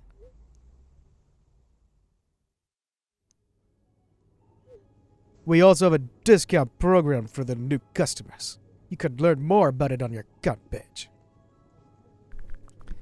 Don't you think that me being here is also a waste of time? What's the point in that? I just keep on thinking, and even then my thoughts are as meaningless and empty as everything else. Does it mean that I'm not filling the void, but I'm a part of it? Then why should I feel anything? Why should I know that I exist? Although I'm not even sure about that. This place is always neither warm nor cold. It's neutral. But at the same time, if I think about warmth, I feel warm. Maybe this world responds to my thoughts? I wouldn't want to admit that I'm completely empty. It's all about perception, how you perceive. I'm not the reason everything had disappeared, right? Mm-hmm. Can't I just adapt and get used to having nothing around me since I can't stand to do anything about it?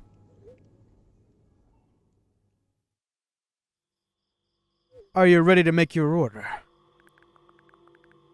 Also, if you notice, all of the lines of pizza dialogue have just appeared, but all the other dialogue is typed out. Yes, that's right.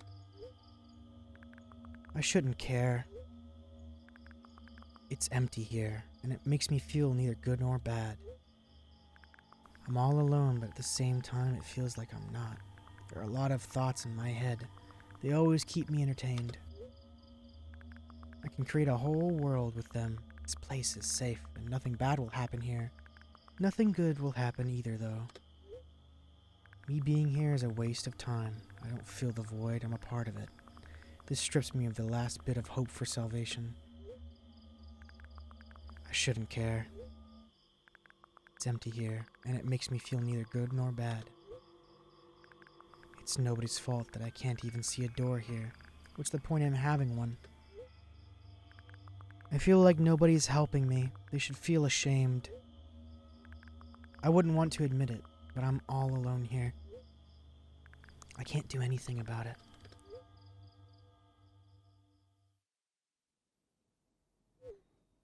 Please note that we have a special offer right now. 4 pizzas for the price of 2. Okay, Patrick Warburton. I don't care that this place is empty. You hear? I feel neither good nor bad. I'm all alone. My head is full of thoughts. They eclipse the world around me. This space is pretty cramped, but at least it's safe. Even though I'll never feel good here. Does that mean existing is a waste of time? I need to decide. My thoughts will help me. They'll lead me to the exit, and maybe I'll be able to feel proud of myself. I don't like where this is going. I'll be able to save myself. At the same time, I don't really care anymore. This place is empty, but it makes me feel neither good nor bad. I feel like this is leading to suicide. I'm alone, but my head is full of thoughts. I feel like this, because noticing it's all our text messages, maybe the friend wasn't an asshole and instead sent people to try and help convince them out of a suicide attempt. Oh, yeah, you might be right. And she just took it as an attack that, like, oh, you don't think I should be living in my own world? I'm alone, but my head is full of thoughts. A whole world, one might say. Notice how the voice in the background for the intercom is distorted? Oh, yeah. If I try hard enough, it'll be able to fill the void around me. Still, no matter how much I keep thinking, my surroundings don't change. Yes, something happened outside of my head, but what was it? There's not enough space for my thoughts. It's already filled with something else. Even if there's nothing around me, I'm still here. That train sounds like it's getting closer. And my head is full of thoughts. Mm-hmm. If I try hard enough,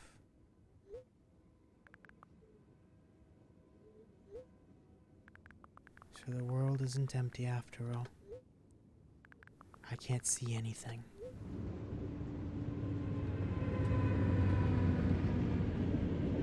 Yeah, that's a train sound.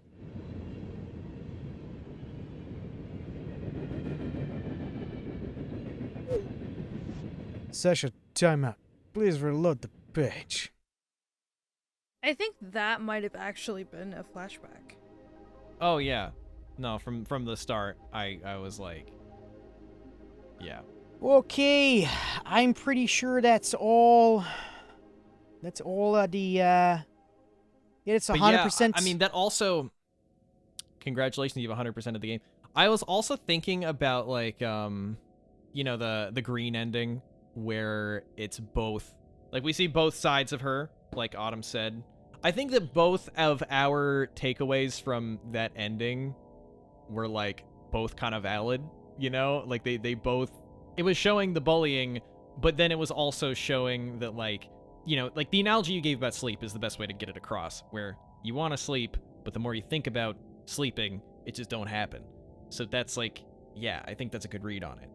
But we see this, like, in that ending, we see her really trying to get out of there, but there's also a bit of, like, subconsciously she doesn't want to get out of there, and she wants to stay in this place of nothing's good or nothing's bad. The problem that I see is that she's running away from her problems so much that she's also running away from the solutions. Yeah, exactly. Like, and I feel like that ending, that was the flashback, showed that very well with the, like, nothing good is going to happen, but nothing bad is going to happen either. But then, us as the viewers have seen that all roads lead to bad in Milk-chan's, you know, world that she's sealed herself into. So I feel like it really does push a strong message of, like, the only way to get out of these hardships is just to accept them for what they are and then move on. Well, thank you everybody so much for watching Milk Outside of a Bag of Milk, Outside of a Bag of Milk, Outside of a Bag of Milk, Outside of a Bag of Milk. This is an interesting game. I think it really built upon the foundation that the first game, which was Milk Inside a Bag of Milk, Inside a Bag of Milk, Inside a Bag of Milk. And I think that it really grew a strong, a very strong, in my opinion, uprising from that base, that foundation. I feel like this one had my head spinning a lot more than the first one did. It's got the elements of psychological horror that it nailed even harder, especially with the way the mom was depicted in the beginning. I mean, the mom as well. That's a really, really strong visual metaphor for, like, how the world's changed in this world she sealed herself into. Like, she views her mom as the creepiest, scariest, like, just, you know, that thing. But that thing, it scares me. All right, well, I'm going to take this time to shout out our gold tier member, the Pinky Life. Your mic is crackling again. God damn it. Rip. It is. Vomit, your thoughts about it, Liz. I'm not really sure what to say. It's just more of how do you interpret it.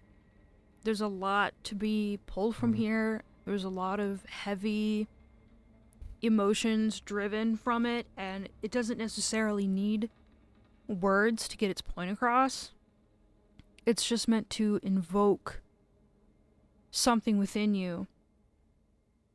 A cry for help, a feeling of torment, a feeling of empathy, a feeling of a downward spiral. It's really up to how you consume what is being given to you. And overall, in my opinion, for my interpretation of the game and what I mean by how you consume it and how, you know, what it invokes in you is perception. How you perceive things, how you interpret. You as an individual interpret what is around you, what is being fed to you, what you're seeing and hearing and feeling. Its meaning is determined by how you perceive it. I do think the one thing I disagree with that is I do think the words are pretty important to the story, and what the game is, you know, what its message it's trying to convey is. But the visuals really, I mean, especially that ending where it was all white, were really, really straight. That's in line with this evokes a strong feeling. And I also do think that, like, the one aspect of the game that they are deliberately saying with it is that this world that she's sealed herself into, nothing good actually does come from that.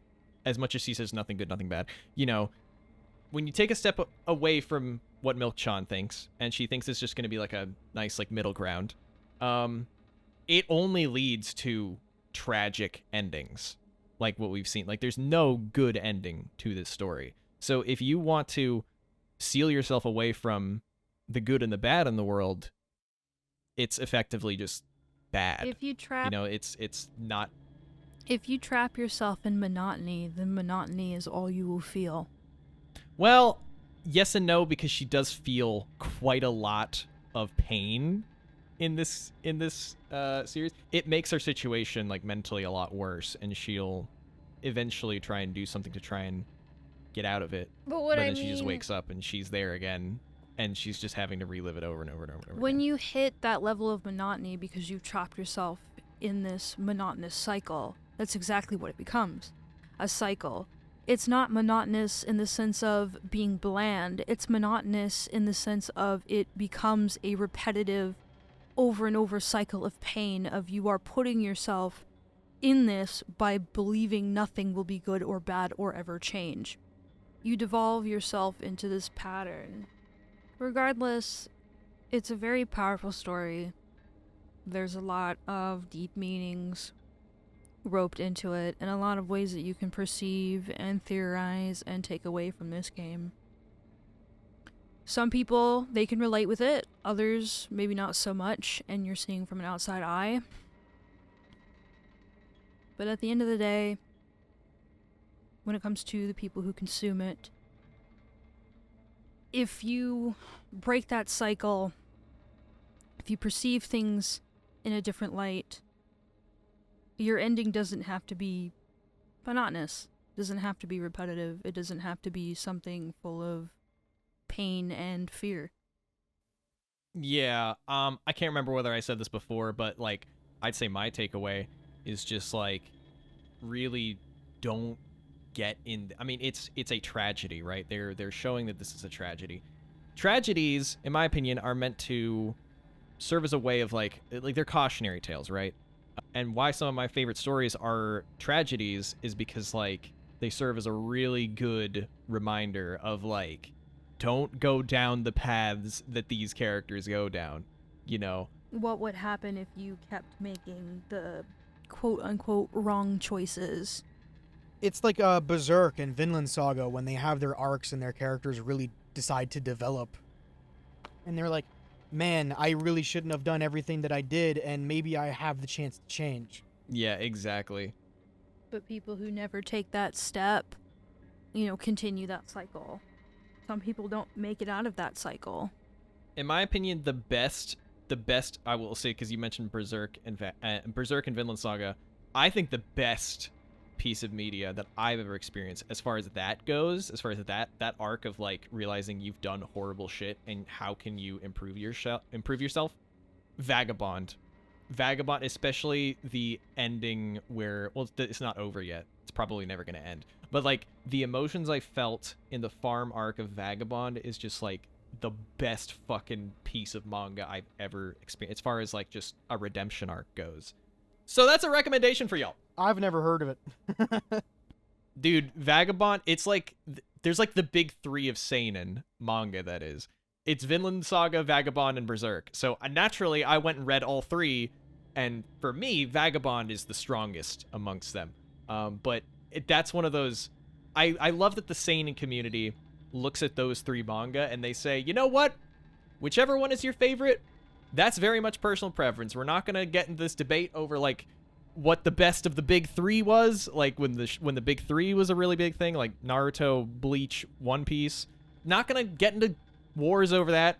We all love these three stories. We think they're amazing. They mean different things to different people. You know, I just love the seinen community for that so much. It's just it's so welcoming, I feel like. What is seinen? It's the demographic that like these series are marketed towards. And seinen is like older males specifically. Josei is like older females, and then shoujo is younger females. Shonen is younger males. So I think a lot of the toxicity from like shonen fans is just because it's like fucking like teenagers who have no media literacy, and yeah, they're really just there to like experience exciting fights, and that's it. And they don't really care about like a good narrative.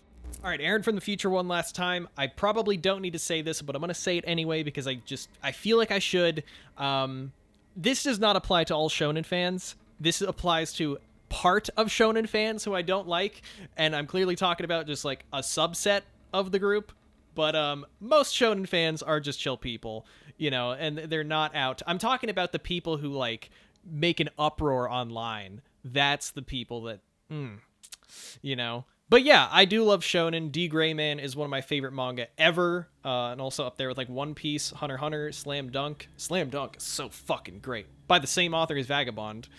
But yeah, back to the video. But seinen fans, all of us are adults, and we're like, yeah, I'm just here to experience a good piece of art. Right. And it's just really sad to see anytime that someone uses art for engagement bait and judges people based off of what their favorite book, favorite movie, favorite anime, whatever. I have one last thing to say from one survivor to another is you're not alone in these situations. You can break the cycle, you can break the monotony, and there are people out there who will help you. You will get through this. Well, I'm going to shout out my gold tier member, the Pinky Life, and thank you to all of our silver tier members. Your name is on screen now. Bronze tier members can get access to our Fanfiction Friday episodes, which should be I'm hoping that it is ramping up again soon so we can start doing that stuff again. Regardless, we have merch on our merch store, so go ahead and take a look at that stuff. We have the original OG 2022 version versus the 2025 version we have, and we got some cool stuff on there. And thank you to all of our watchers on Spotify. You guys are blowing our channel up. That is crazy. We are right at the monetization goal for Spotify. That's exciting. We very much appreciate your support. Everyone in Spotify, let us know your theories, thoughts, everything. Blow up that comment section like you guys have been doing for the past few videos. Thank you so much. We'd love to hear it. To the 100 people, maybe even 50 that watch this YouTube video, we thank you anyway. YouTube has not been very graceful with us for right now for whatever reason.